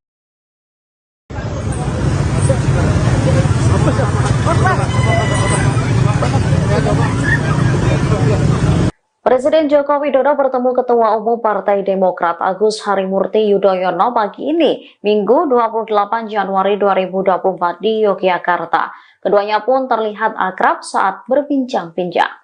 Dari video yang Tribunnews terima, keduanya tampak mengenakan baju santai. AHY tampak menggunakan kaos lengan pendek berwarna biru, sementara Jokowi mengenakan kaos lengan panjang berwarna hitam. Keduanya terlihat berbincang diselingi senyum Jokowi. Di meja mereka juga terdapat makanan dan minuman. Belum diketahui keduanya mengobrol soal apa dalam pertemuan ini. Seperti diketahui, AHY dan Jokowi sejak kemarin, Sabtu 27 Januari, berada di Yogyakarta. Jokowi bermain bola bersama warga di lapangan Gamplong, Moyudan, Kabupaten Sleman pada Sabtu 27 Januari sore. Sementara hari ini, AHY berada di Yogyakarta untuk berkampanye.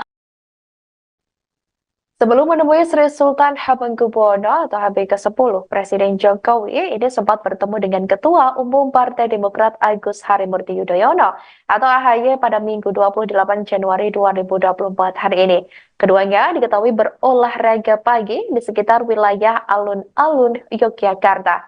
Setelah bersepeda, saudara, diketahui AHY dan Presiden Jokowi melanjutkan sarapan bersama, tepatnya di kawasan kuliner Gudeg di Wijilan. Koordinator Staf Khusus Presiden Ari Dwipayana mengatakan pertemuan Presiden Jokowi dan AHY membicarakan sejumlah hal-hal ringan. Selain itu, keduanya juga membahas persoalan kebangsaan dan situasi perpolitikan di tanah air. Ari menyebut pertemuan antara Jokowi dengan AHY merupakan hal biasa. Presiden kerap menggelar pertemuan dengan tokoh-tokoh politik, terutama di akhir pekan. Pertemuan tersebut dikatakan oleh Ari dilakukan untuk menjalin komunikasi dan silaturahmi antar tokoh politik untuk kebaikan bangsa.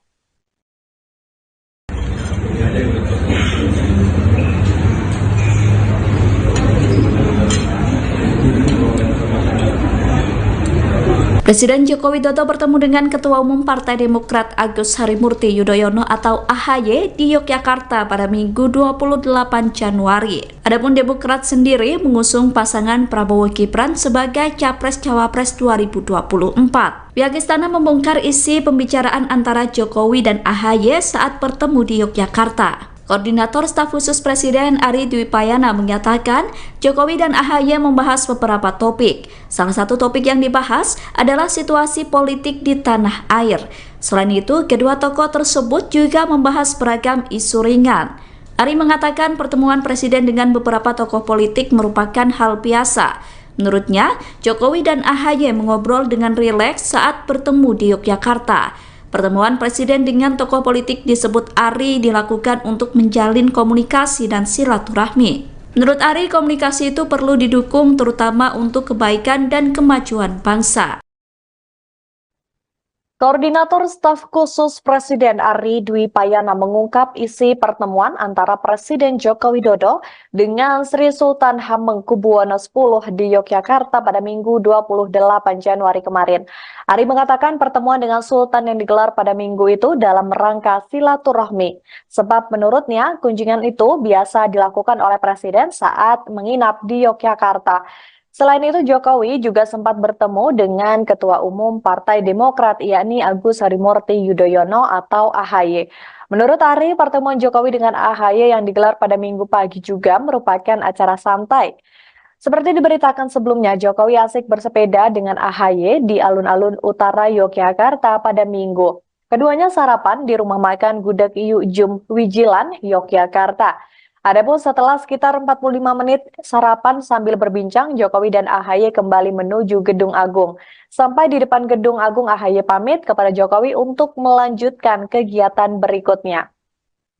Setelah itu, Presiden Jokowi bertemu dengan Gubernur Daerah Istimewa Yogyakarta, Sri Sultan Hamengkubuwono X. Pertemuan tersebut digelar secara tertutup di Keraton Kilen selama 1 jam.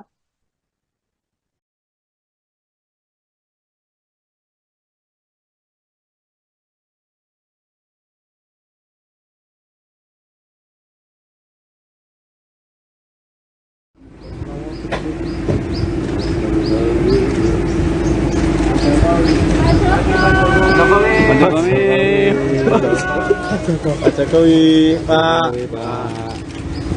Sehat, Pak.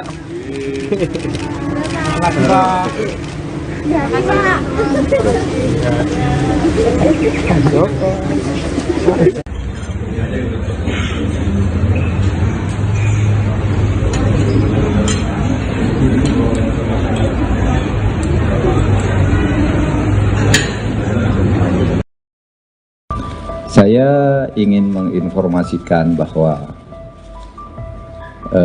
baru saja jam 16.30 saya diterima oleh Presiden Republik Indonesia Bapak Joko Widodo, dan saya menyampaikan permohonan berhenti sebagai Menko melalui sebuah surat yang isinya hanya 3 paragraf. Dan saya rasa kesadarannya telat atau terlambat. Kenapa menjelang pemilihan umum baru ia sadar? Dan itu yang pertama. Dan yang kedua, apakah ini dorongan dari dirinya? Saya rasa tidak. Karena real sekarang ini saya bisa menyatakan bahwa Mahfud MD ini memilih menjadi seorang politisi, tidak lagi. Bahasa sarkasnya ingin bilang Mahfud mendingan sekalian aja dia ber-KTA PDI Perjuangan. Toh Mahfud sudah menjadi petugas partai. Mahfud baper karena diolok di Cawapres, dan Mahfud baper karena dia bisa saja tidak diperhitungkan oleh PDIP kalau tidak mundur. Selamat malam Tribuners, program Tribun News on Focus malam hari ini kembali menjumpai Anda bersama dengan saya Nila Irda. Hari ini kita akan membahas terkait bagaimana Mahfud MD ini sudah menyampaikan niatan untuk mundur dari kursi Menteri Koordinator Politik, Hukum, dan juga Keamanan. Cawapres nomor 3 ini, Tribuners, mengaku hanya menunggu momentum saja untuk kemudian bisa berbicara langsung dan bertemu dengan Presiden Joko Widodo. Mahfud MD dalam keterangan terbarunya dari Lampung juga sudah mengatakan dirinya ini sudah menuliskan surat pengunduran diri yang nantinya akan diserahkan pada Presiden Joko Widodo, yang mana salah satu alasan dari Prof. Mahfud ini mengatakan harus mundur dari kabinet adalah untuk menghindari konflik kepentingan dan juga intervensi politik di tengah pencalonannya sebagai calon wakil presiden. Lalu seberapa besar sedianya Tribuners pengaruh mundurnya Mahfud MD ini dari kabinet Joko Widodo? Saya akan membahasnya bersama dengan pengamat politik Citra Institut. Ada Bang Efriza sudah tersambung dalam sambungan Zoom bersama dengan saya. Bang Efriza, selamat malam. Apa kabar, Bang? Malam Mbak Nila dan malam Tribunus. Terima kasih atas hari ini. Siap, kabar baik ya Bang Efriza? Alhamdulillah baik. Ini saya akan membahas bagaimana kemudian Prof. Mahfud ini beberapa waktu kemarin memang sempat disinggung begitu ya. Namun kemudian keterangan secara resmi atau paparan secara gamblangnya hari ini disampaikan oleh Mahfud MD, Bang Efriza, yang mengatakan sudah menulis surat, tinggal menunggu bertemu dengan Presiden Joko Widodo saja untuk pengunduran dirinya dari kabinet pemerintahan Presiden Jokowi. Saya mau minta pengantar dari Bang Efriza menanggapi mundurnya Mahfud MD ini, Bang. Ya, terima kasih. Yang pertama saya ingin komentari bahwa mundurnya Mahfud MD ini adalah suatu hal yang bisa dikatakan satu sisi bagi Ganjar dan bagi pasangannya Mahfud MD, dan ini jelas mereka ini sedang mempersiapkan dan untuk tujuan pemilu yang sedikit lagi hadir. Namun sisi yang lain sebenarnya kalau kita melihat mundurnya Mahfud itu sangat disayangkan. Sayangnya karena Mahfud ini sangat dibutuhkan oleh pemerintah, kinerjanya juga masih baik. Ada 75% masyarakat menyatakan puas dengan kinerja Mahfud MD, dan berikutnya juga ia menjadi inkonsisten dalam keputusannya. Walaupun keputusan ini harus diambil untuk konsisten terhadap pasangannya Ganjar Pranowo, tapi inkonsisten terhadap dirinya. Ada dua hal inkonsisten. Pernyataan pertamanya yang menyatakan bahwa ia senang bekerja sebagai Menko Polhukam, yang kemudian diralat dengan mundur berarti. Dan yang kedua adalah bahwa ia sangat ingin bekerja untuk rakyat dan fokus kepada rakyat dan tidak terlalu terlihat ambisi kekuasaannya, tapi akhirnya menjadi diralat lagi-lagi karena keputusan ia untuk maju dan untuk bersama dengan Ganjar Pranowo. Dan ini tentunya adalah kekonsistenan bersama Pak Ganjar, tapi ketidakkonsistenan dalam dirinya Mahfud MD sendiri. Seperti itu Mbak pengantarnya. Oke, jadi ini ada pernyataan awal dan pernyataan akhir yang kemudian tidak saling berkaitan begitu ya, yang dilakukan oleh Prof. Mahfud terkait mundurnya dari kabinet Presiden Joko Widodo. Kalau Bang Efriza melihat apa yang kemudian menjadi alasan Prof. Mahfud begitu ya untuk menghindari konflik kepentingan, untuk menghindari intervensi politik begitu di tengah pencalonannya, apakah ini murni alasannya untuk menghindari konflik kepentingan dan intervensi, atau justru sedianya ada desakan juga dari PDI Perjuangan yang mana kita tahu Bang Efriza sejauh ini memang sudah berseberangan begitu ya bersama dengan Presiden Jokowi? Ya, kalau ditanya bahwa ini murni dari Mahfud MD dan bahwa ini murni untuk menunjukkan sebuah integritas, etika, saya rasa minim sekali kemurnian itu, dan saya rasa kesadarannya telat atau terlambat. Kenapa menjelang pemilihan umum baru ia sadar? Dan itu yang pertama. Dan yang kedua, apakah ini dorongan dari dirinya? Saya rasa tidak. Karena real sekarang ini saya bisa menyatakan bahwa Mahfud MD ini memilih menjadi seorang politisi. Tidak lagi ia memilih dirinya sebagai seorang profesional.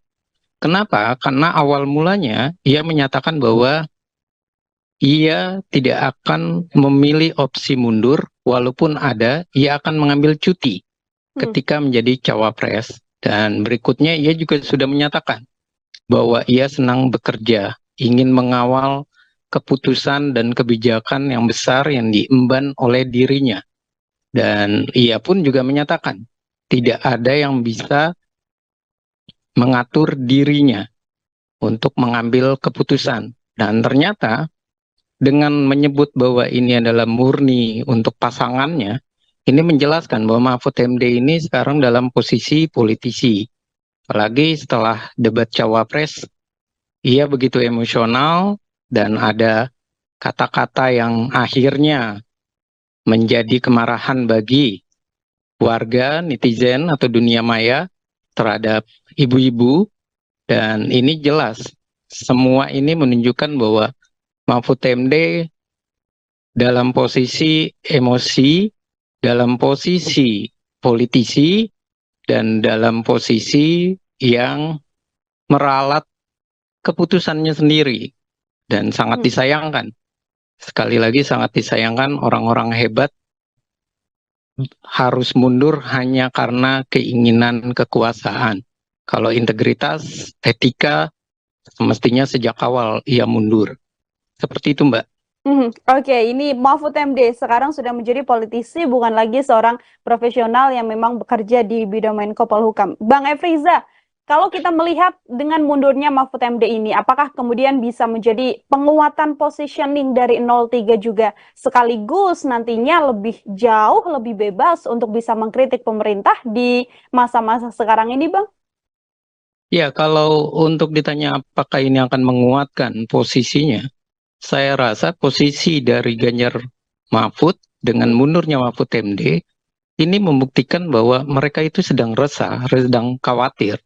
Dan mereka menggunakan berbagai cara supaya terkesan bahwa mereka ini akan mendongkrak elektabilitas. Tapi kalau kita berbicara lagi, tentu ini akan menciptakan masyarakat yang kesal dengan Mahfud. Karena ia sudah menyatakan lebih dulu. Sekali lagi Mahfud menyatakan lebih dulu, ia senang bekerja, bahkan dengan kata-kata seandainya ia terpilih, ia tetap ingin menyelesaikan pekerjaannya. Karena tidak mau kebijakan yang akan dijalankannya itu tidak lagi diprioritaskan oleh Menko yang baru atau Menko PLT ataupun Menko pembantu. Nah, ini tentu saja bukan malah menyebabkan masyarakat simpatik, malah masyarakat kecewa. Karena Mahfud katanya lagi mau mengawal kebijakan. Katanya lagi peduli dengan masyarakat, kok malah mundur. Dan mundurnya pun kita bisa membaca setelah terjadi ejekan atau ledekan dari Gibran. Mundurnya pun terbaca sekali ketika PDI Perjuangan meminta Gibran mundur, tapi malah dia mendapatkan kembali posisi yang tidak disenangi oleh masyarakat. Artinya, kalau saya bahasa sarkasnya ingin bilang Mahfud mendingan sekalian aja dia ber-KTA PDI Perjuangan. Toh Mahfud sudah menjadi petugas partai, bukan lagi orang yang kukuh pendiriannya, yang bisa untuk memilah dan memilih mana kepentingan masyarakat dan mana kepentingan kelompok. Seperti janjinya Mahfud MD waktu ia mau dicawapreskan. Ia berkata bahwa ia tidak akan bisa diatur. Nyatanya menjelang pemilu, ia roboh juga fondasinya, roboh juga keprofesionalannya. Dan saya sedikit sedih ya komentar saya ini, dan sedikit emosional ya, bisa dikatakan emosional dalam arti sayang sekali orang baik harus meninggalkan pemerintahan dengan cara yang ambisi kekuasaan, dengan cara meralat kebijakan atau keputusannya sendiri. Bukan malah menjadi pahlawan, ia malah berkorban. Apakah sia-sia atau tidak, nanti keputusannya di pemilihan umum nantinya. Pun artinya bisa saya sampaikan dari kacamata Bang Efriza, keputusan mundurnya Mahfud MD ini tidak akan menguntungkan bagi elektabilitas ataupun elektoral dari paslon 03, Bang? Iya, sangat tidak menguntungkan bagi pasangan Ganjar Mahfud. Karena apa? Waktunya sangat mepet. Dan kalau seandainya Pak Jokowi pulang, itu pun prosedurnya 1-2 hari lagi kan. Berarti kan tinggal 11 hari. Kenapa dia memaksakan 11 hari untuk ikut pemilu? Untuk mundur hanya untuk integritas, etika, tapi ia mengabaikan sampai Oktober.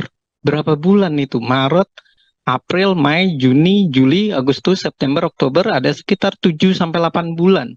Ia bisa bekerja untuk rakyat.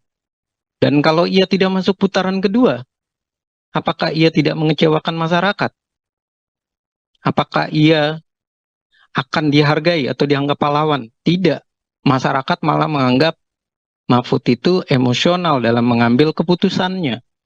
Ia baper dalam posisi, bisa jadi elektabilitasnya dari Ganjar yang sedang turun, ataupun posisi buncit, dan Mahfud baper karena diolok di Cawapres, dan Mahfud baper karena dia bisa saja tidak diperhitungkan oleh PDIP kalau tidak mundur. Jadi dia mengambil posisi itu, tapi sayangnya itu bukan sikap dari seorang Mahfud MD yang biasa kita kenal, yang pemberani, yang kukuh pendirian, sebagai sosok yang kuat. Dia tidak pernah menaruh kepentingan orang lain, kepentingan kelompok selain kepentingan bangsa dan negara. Nyatanya kepentingan kelompok yang dikedepankan oleh Mahfud MD. Kepentingan kelompok yang kemudian dikedepankan oleh Mahfud MD. Oke, ini hari Kamis, esok Mahfud MD mengatakan akan bertemu Presiden Joko Widodo, surat sudah dibuat begitu ya, Bang Efriza, yang mana artinya ini sudah final keputusan dari Prof. Mahfud untuk mundur dari kabinet. Dengan mundurnya Mahfud MD ini kan masih ada 2 kandidat lagi yang masih bertugas begitu ya. Prabowo Subianto masih menjadi Menteri Pertahanan, Mas Gibran juga masih menjadi Wali Kota Solo. Apakah dengan mundurnya Mahfud ini juga bisa jadi salah satu kode atau desakan begitu ya untuk Prabowo dan juga Gibran sama-sama harus menanggalkan jabatannya? Kalau dari kacamata Bang Efriza seperti apa, Bang? Iya, sebelum menjawab ke Prabowo dan Gibran, saya ingin memberikan catatan kecil. Mahfud itu masih ada nilai jiwa baiknya dengan cara ia menunggu Pak Jokowi, dan dengan cara ia mau mengirim surat membahas dengan baik-baik dan menghormati Pak Jokowi. Dan itu adalah nilai dirinya Mahfud yang dulu kita kenal, bukan yang saat ini menjadi seorang politisi. Nah, kalau soal Prabowo Gibran, ini sudah jelas bahwa buat apa semua menteri atau wali kota mundur hanya mendekati pemilihan umum, sementara syarat undang-undang membolehkan. Dan untuk apa? Apakah itu disebut etika? Apakah itu disebut integritas? Kalau itu disebut etika dan integritas, kenapa tidak dari awal? Kalau itu disebut etika dan integritas, kenapa tidak diatur sejak awal di dalam undang-undang? Kalau ini namanya memaksakan kehendak. Dan ini artinya mengabaikan masyarakat. Dan pertanyaannya adalah, apakah orang-orang baik tidak boleh tetap berada di pemerintahan, bekerja untuk masyarakat? Menang pemilu, kalah pemilu, itu hal biasa. Karena kita masih satu negara, tapi bekerja untuk masyarakat, menjalankan kewajiban bersama dengan masyarakat, membuat keputusan untuk masyarakat, itu adalah nilai semua politisi, semua orang yang terlibat di politik menginginkannya. Ia ingin bernilai untuk masyarakat. Ia ingin ada di masyarakat. Ia ingin bekerja untuk masyarakat. Nah, kenapa posisi itu ketika didapat malah berdebat untuk mundur? Sedangkan undang-undang tidak. Nah, ini adalah suatu hal yang saya rasa perdebatannya bisa dikatakan telat, terlambat, dan hanya untuk kepentingan kelompok perdebatan ini. Tidak benar-benar murni untuk kepentingan bangsa dan negara. Dan bayangkan dalam posisi kita saat ini lagi mau bangkit dalam pandemi. Orang-orang baik, orang-orang yang bisa bekerja harus mundur.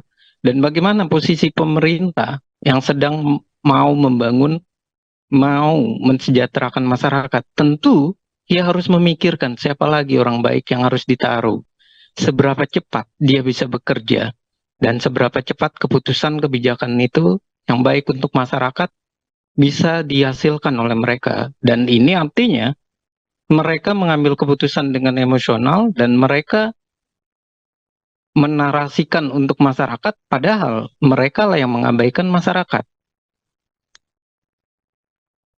Mereka yang Nah, kemudian soal yang tadi, maaf Mbak Nila, soal tadi, apakah AHY ataupun yang lain itu pantas? Saya rasa AHY saat ini juga dalam posisi yang berpikir ulang, menempati apakah ia akan mengganti Mahfud MD atau tidak.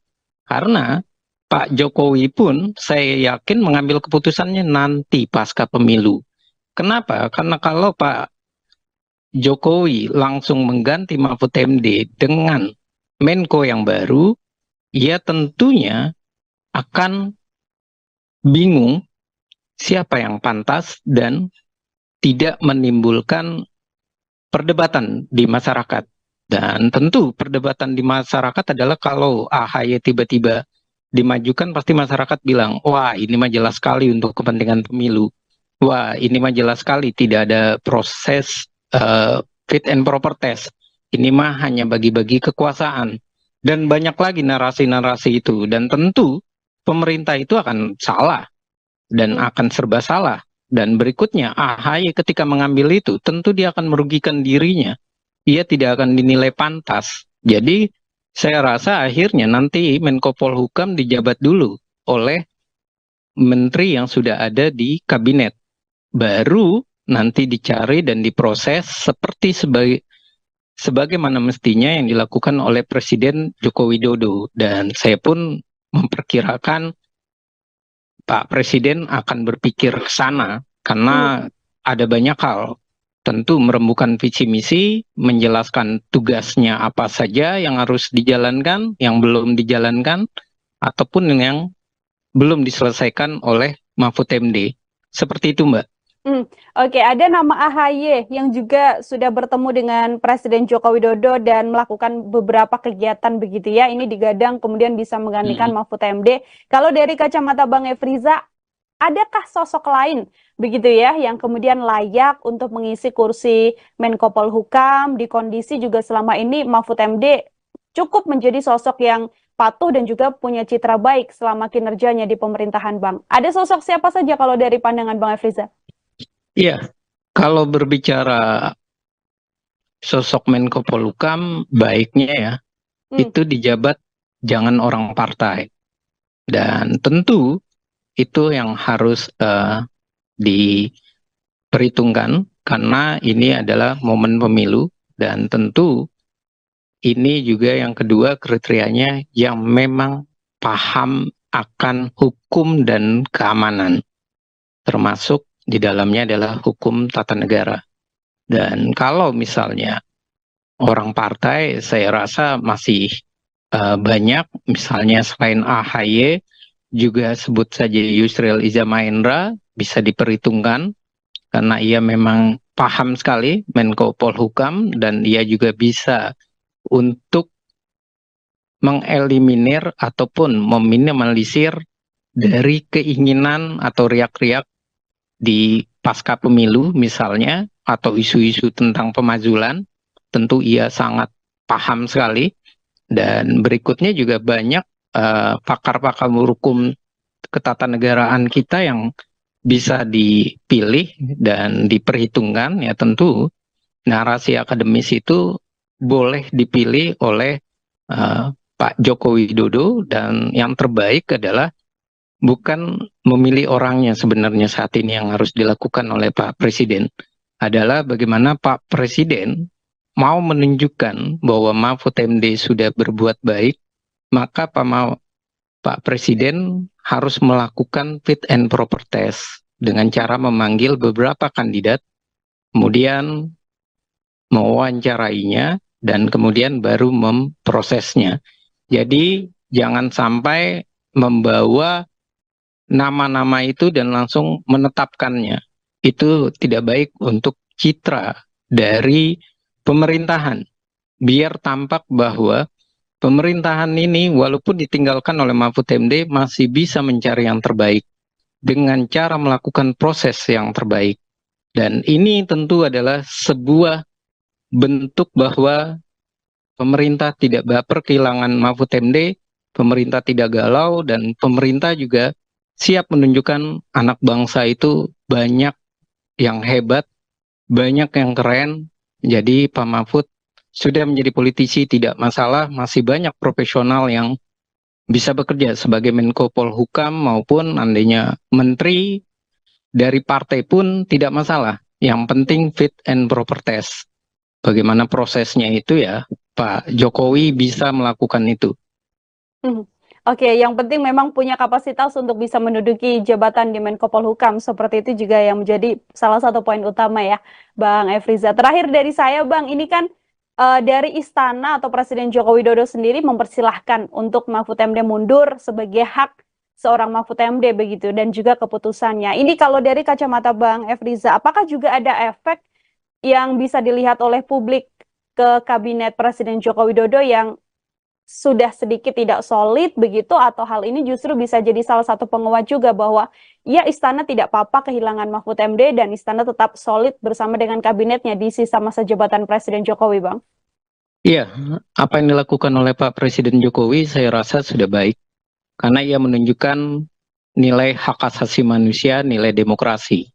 Jadi pemerintah walaupun dikritik, walaupun banyak yang kecewa dengan pemerintah, Mahfud MD memilih mundur, PDI Perjuangan menarasikan negatif atau sentimen terhadap Presiden Joko Widodo, tapi pemerintahannya adalah pemerintahan yang berdasarkan hak asasi manusia, berdasarkan demokrasi. Walaupun hak prerogatif itu di presiden, tapi ketika seseorang menteri menjadi milih mundur, itu adalah hal yang baik, bernilai positif, dan saya rasa itu patut untuk diacungkan jempol terhadap Pak Presiden Joko Widodo yang ia tidak memberikan sentimen ataupun bahasa-bahasa yang membuat masyarakat itu menjadi kontroversi, ia malah mendukung apapun keputusan. Dan itu artinya sikap Pak Jokowi adalah sikap yang bisa meredam emosinya, kekecewaannya, dan kita harus akui Mahfud MD adalah orang kepercayaan Pak Presiden Joko Widodo. Dan itu yang pertama. Dan yang kedua, pemerintah ini tentunya ia menunjukkan bahwa pemerintah ini tetap solid. Jadi tidak ada pemerintahan ini menjadi pemerintahan yang kehilangan satu orang yang terbaik, anak bangsa, tokoh nasional, punya pengalaman tinggi, kemudian kita melupakan anak bangsa yang lain. Saya rasa itu adalah kebesaran hati Bapak Presiden Joko Widodo. Jadi walaupun dia dihujat, dia dibenci, tapi dia menunjukkan sebuah nilai pendidikan politik bagi masyarakat. Silakan bagi yang mau mundur, dan tentu saya rasa siapapun yang mau mundur dari kabinet Pak Presiden Jokowi, pemerintahan tetap solid. Mengapa pemerintahan tetap solid? Karena presidennya itu menunjukkan tidak ada masalah, dan dia menunjukkan tidak dengan komentar yang negatif, sinis, ataupun komentar yang marah-marah. Dan itu saya rasa nilainya sangat tinggi ya bagi seorang pemimpin ya. Tinggi ini artinya tingkat emosionalnya begitu bisa terjaga, dan tentu ini adalah sebuah hal yang menunjukkan bahwa kalau di luar kan saat ini ada narasi minta para pementeri itu mundur. Itu secara tidak langsung menunjukkan bahwa legitimasi pemerintah itu masih tinggi. Bahwa pemerintah ini masih bisa dipercaya. Pemerintah ini tidak masalah. Karena pemerintah ini hilang satu, tumbuh 1000. Seperti yang dikatakan oleh PDI Perjuangan. Dan ini yang malah menunjukkan hilang satu tumbuh 1000 itu dimiliki oleh pemerintah, bukan PDI Perjuangan. Karena PDI Perjuangan begitu ketakutan ketika Mahfud tidak keluar dari kabinet. Dan berarti satu orang Mahfud ini bisa mempengaruhi ribuan kader PDI Perjuangan yang harusnya soliditas itu udah kuat di PDI Perjuangan dan dia tidak perlu untuk khawatir dengan Gibran maupun Prabowo. Dan ini adalah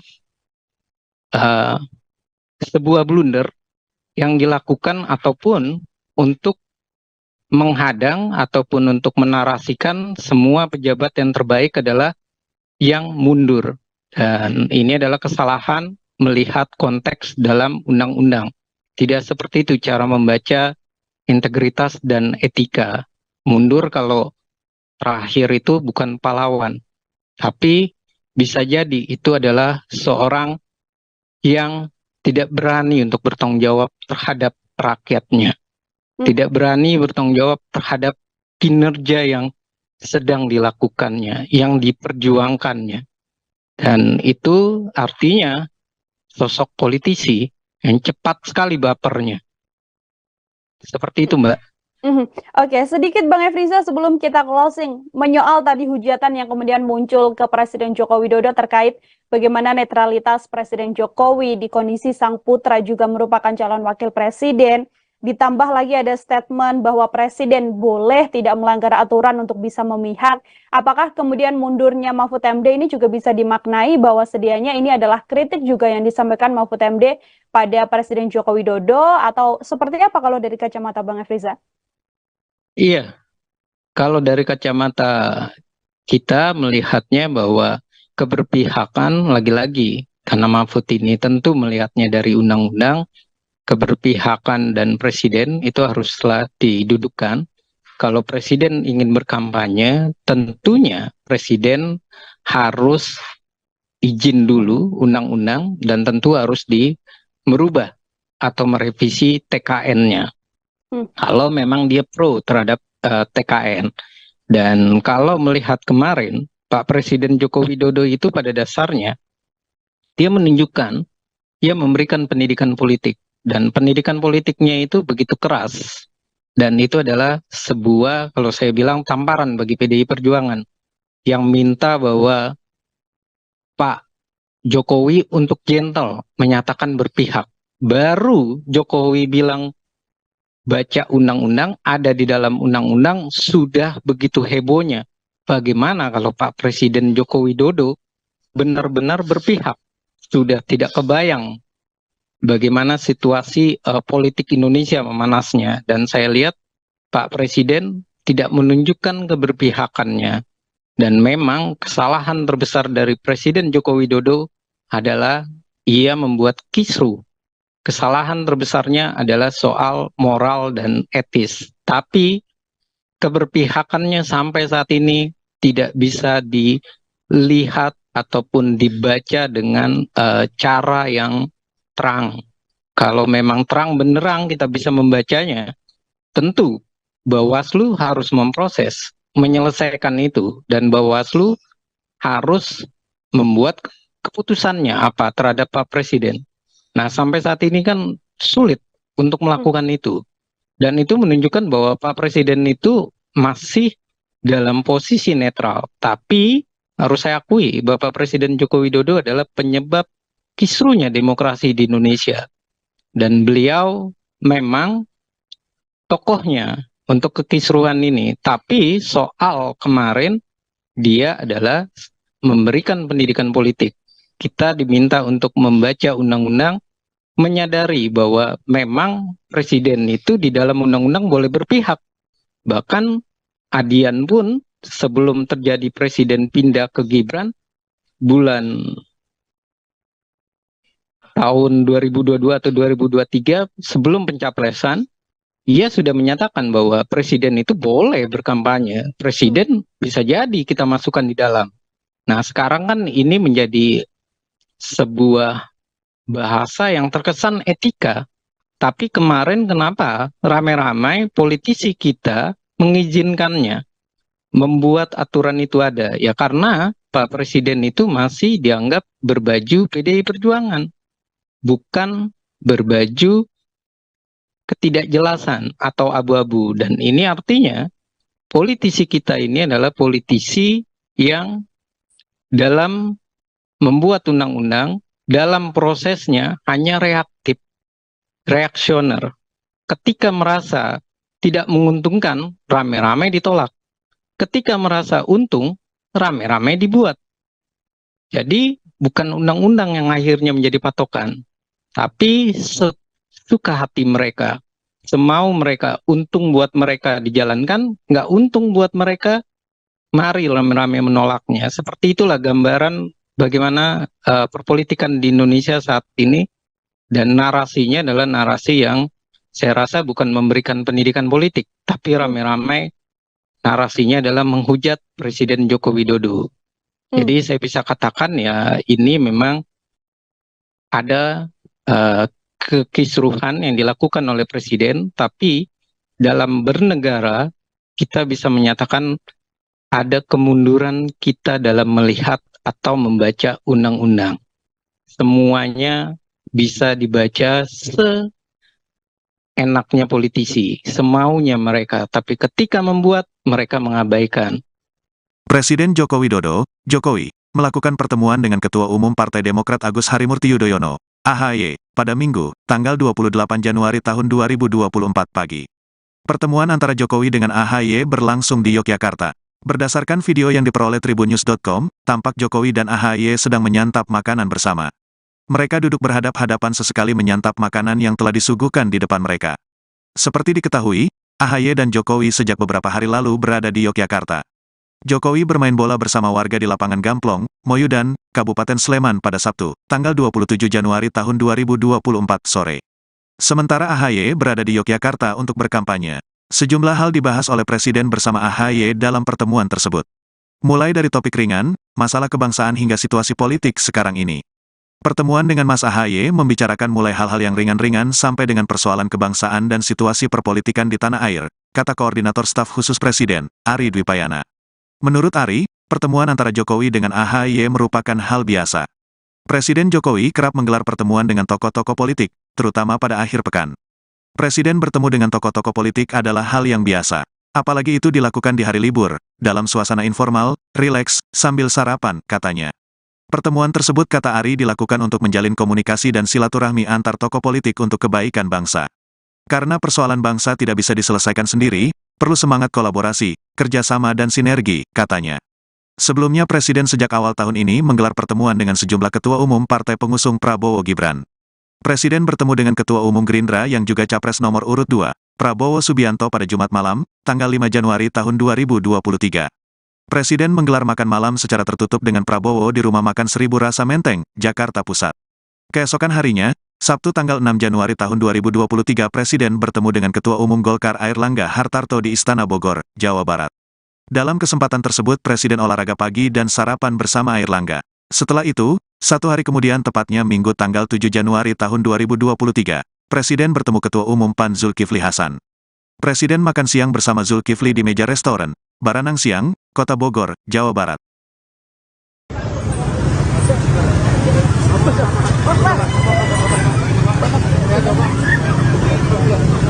Presiden Joko Widodo bertemu Ketua Umum Partai Demokrat Agus Harimurti Yudhoyono pagi ini, Minggu 28 Januari 2024 di Yogyakarta. Keduanya pun terlihat akrab saat berbincang-bincang. Dari video yang Tribunnews terima, keduanya tampak mengenakan baju santai. AHY tampak menggunakan kaos lengan pendek berwarna biru, sementara Jokowi mengenakan kaos lengan panjang berwarna hitam. Keduanya terlihat berbincang diselingi senyum Jokowi. Di meja mereka juga terdapat makanan dan minuman. Belum diketahui keduanya mengobrol soal apa dalam pertemuan ini. Seperti diketahui, AHY dan Jokowi sejak kemarin Sabtu 27 Januari berada di Yogyakarta. Jokowi bermain bola bersama warga di lapangan Gamplong, Moyudan, Kabupaten Sleman pada Sabtu 27 Januari sore. Sementara hari ini AHY berada di Yogyakarta untuk berkampanye. Sebelum menemui Sri Sultan Hamengkubuwono atau HB ke-10, Presiden Jokowi ini sempat bertemu dengan Ketua Umum Partai Demokrat Agus Harimurti Yudhoyono atau AHY pada Minggu 28 Januari 2024 hari ini. Keduanya diketahui berolahraga pagi di sekitar wilayah alun-alun Yogyakarta. Setelah bersepeda, saudara, diketahui AHY dan Presiden Jokowi melanjutkan sarapan bersama, tepatnya di kawasan kuliner Gudeg di Wijilan. Koordinator Staf Khusus Presiden Ari Dwi Payana mengatakan pertemuan Presiden Jokowi dan AHY membicarakan sejumlah hal-hal ringan. Selain itu, keduanya juga membahas persoalan kebangsaan dan situasi perpolitikan di tanah air. Ari menyebut pertemuan antara Jokowi dengan AHY merupakan hal biasa. Presiden kerap menggelar pertemuan dengan tokoh-tokoh politik, terutama di akhir pekan. Pertemuan tersebut dikatakan oleh Ari dilakukan untuk menjalin komunikasi dan silaturahmi antar tokoh politik untuk kebaikan bangsa.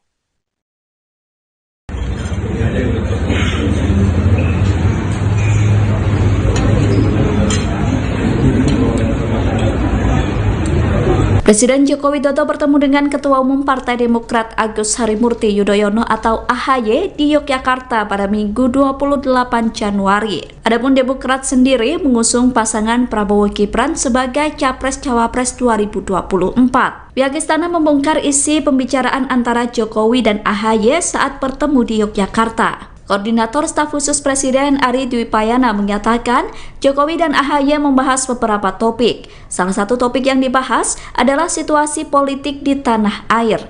Selain itu, kedua tokoh tersebut juga membahas beragam isu ringan. Ari mengatakan pertemuan Presiden dengan beberapa tokoh politik merupakan hal biasa. Menurutnya, Jokowi dan AHY mengobrol dengan rileks saat bertemu di Yogyakarta. Pertemuan Presiden dengan tokoh politik disebut Ari dilakukan untuk menjalin komunikasi dan silaturahmi. Menurut Ari, komunikasi itu perlu didukung terutama untuk kebaikan dan kemajuan bangsa. Koordinator Staf Khusus Presiden Ari Dwi Payana mengungkap isi pertemuan antara Presiden Joko Widodo dengan Sri Sultan Hamengkubuwono X di Yogyakarta pada Minggu 28 Januari kemarin. Ari mengatakan pertemuan dengan Sultan yang digelar pada minggu itu dalam rangka silaturahmi.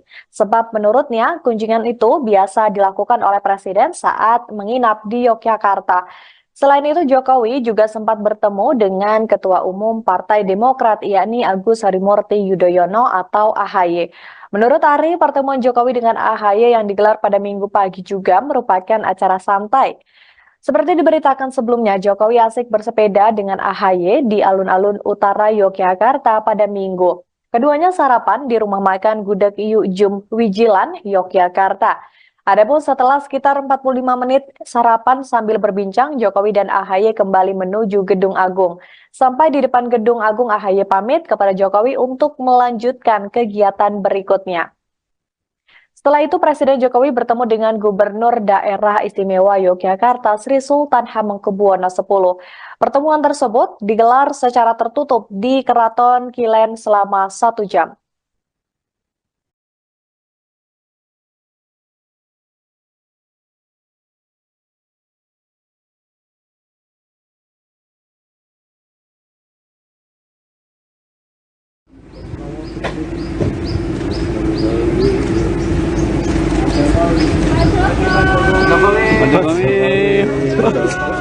Pak Jokowi, Pak.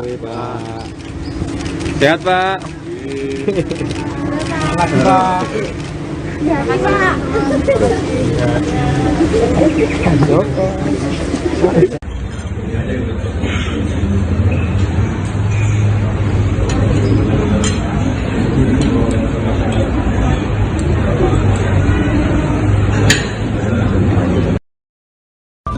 Saya ingin menginformasikan bahwa baru saja jam 16.30 saya diterima oleh Presiden Republik Indonesia Bapak Joko Widodo, dan saya menyampaikan permohonan berhenti sebagai Menko melalui sebuah surat yang isinya hanya 3 paragraf. Dan saya rasa kesadarannya telat atau terlambat. Kenapa menjelang pemilihan umum baru ia sadar? Dan itu yang pertama. Dan yang kedua, apakah ini dorongan dari dirinya? Saya rasa tidak. Karena real sekarang ini saya bisa menyatakan bahwa Mahfud MD ini memilih menjadi seorang politisi, tidak lagi bahasa sarkasnya ingin bilang Mahfud mendingan sekalian aja dia ber-KTA PDI Perjuangan. Toh Mahfud sudah menjadi petugas partai. Mahfud baper karena diolok di Cawapres, dan Mahfud baper karena dia bisa saja tidak diperhitungkan oleh PDIP kalau tidak mundur. Selamat malam Tribuners, program Tribun News on Focus malam hari ini kembali menjumpai Anda bersama dengan saya Nila Irda. Hari ini kita akan membahas terkait bagaimana Mahfud MD ini sudah menyampaikan niatan untuk mundur dari kursi Menteri Koordinator Politik, Hukum, dan juga Keamanan. Cawapres nomor urut 3 ini Tribuners mengaku hanya menunggu momentum saja untuk kemudian bisa berbicara langsung dan bertemu dengan Presiden Joko Widodo. Mahfud MD dalam keterangan terbarunya dari Lampung juga sudah mengatakan dirinya ini sudah menuliskan surat pengunduran diri yang nantinya akan diserahkan pada Presiden Joko Widodo, yang mana salah satu alasan dari Prof. Mahfud ini mengatakan harus mundur dari kabinet adalah untuk menghindari konflik kepentingan dan juga intervensi politik di tengah pencalonannya sebagai calon wakil presiden. Lalu seberapa besar sedianya Tribuners pengaruh mundurnya Mahfud MD ini dari kabinet Joko Widodo? Saya akan membahasnya bersama dengan pengamat politik Citra Institut. Ada Bang Efriza sudah tersambung dalam sambungan Zoom bersama dengan saya. Bang Efriza, selamat malam. Apa kabar, Bang? Malam Mbak Nila dan malam Tribunus. Terima kasih atas hari ini. Siap, kabar baik ya Bang Efriza? Alhamdulillah baik. Ini saya akan membahas bagaimana kemudian Prof. Mahfud ini beberapa waktu kemarin memang sempat disinggung begitu ya. Namun kemudian keterangan secara resmi atau paparan secara gamblangnya hari ini disampaikan oleh Mahfud MD, Bang Efriza, yang mengatakan sudah menulis surat, tinggal menunggu bertemu dengan Presiden Joko Widodo saja untuk pengunduran dirinya dari kabinet pemerintahan Presiden Jokowi. Saya mau minta pengantar dari Bang Efriza menanggapi mundurnya Mahfud MD ini, Bang. Ya, terima kasih. Yang pertama saya ingin komentari bahwa mundurnya Mahfud MD ini adalah suatu hal yang bisa dikatakan satu sisi bagi Ganjar dan bagi pasangannya Mahfud MD, dan ini jelas mereka ini sedang mempersiapkan dan untuk tujuan pemilu yang sedikit lagi hadir. Namun sisi yang lain sebenarnya kalau kita melihat mundurnya Mahfud itu sangat disayangkan. Sayangnya karena Mahfud ini sangat dibutuhkan oleh pemerintah, kinerjanya juga masih baik. Ada 75% masyarakat menyatakan puas dengan kinerja Mahfud MD, dan berikutnya juga ia menjadi inkonsisten dalam keputusannya.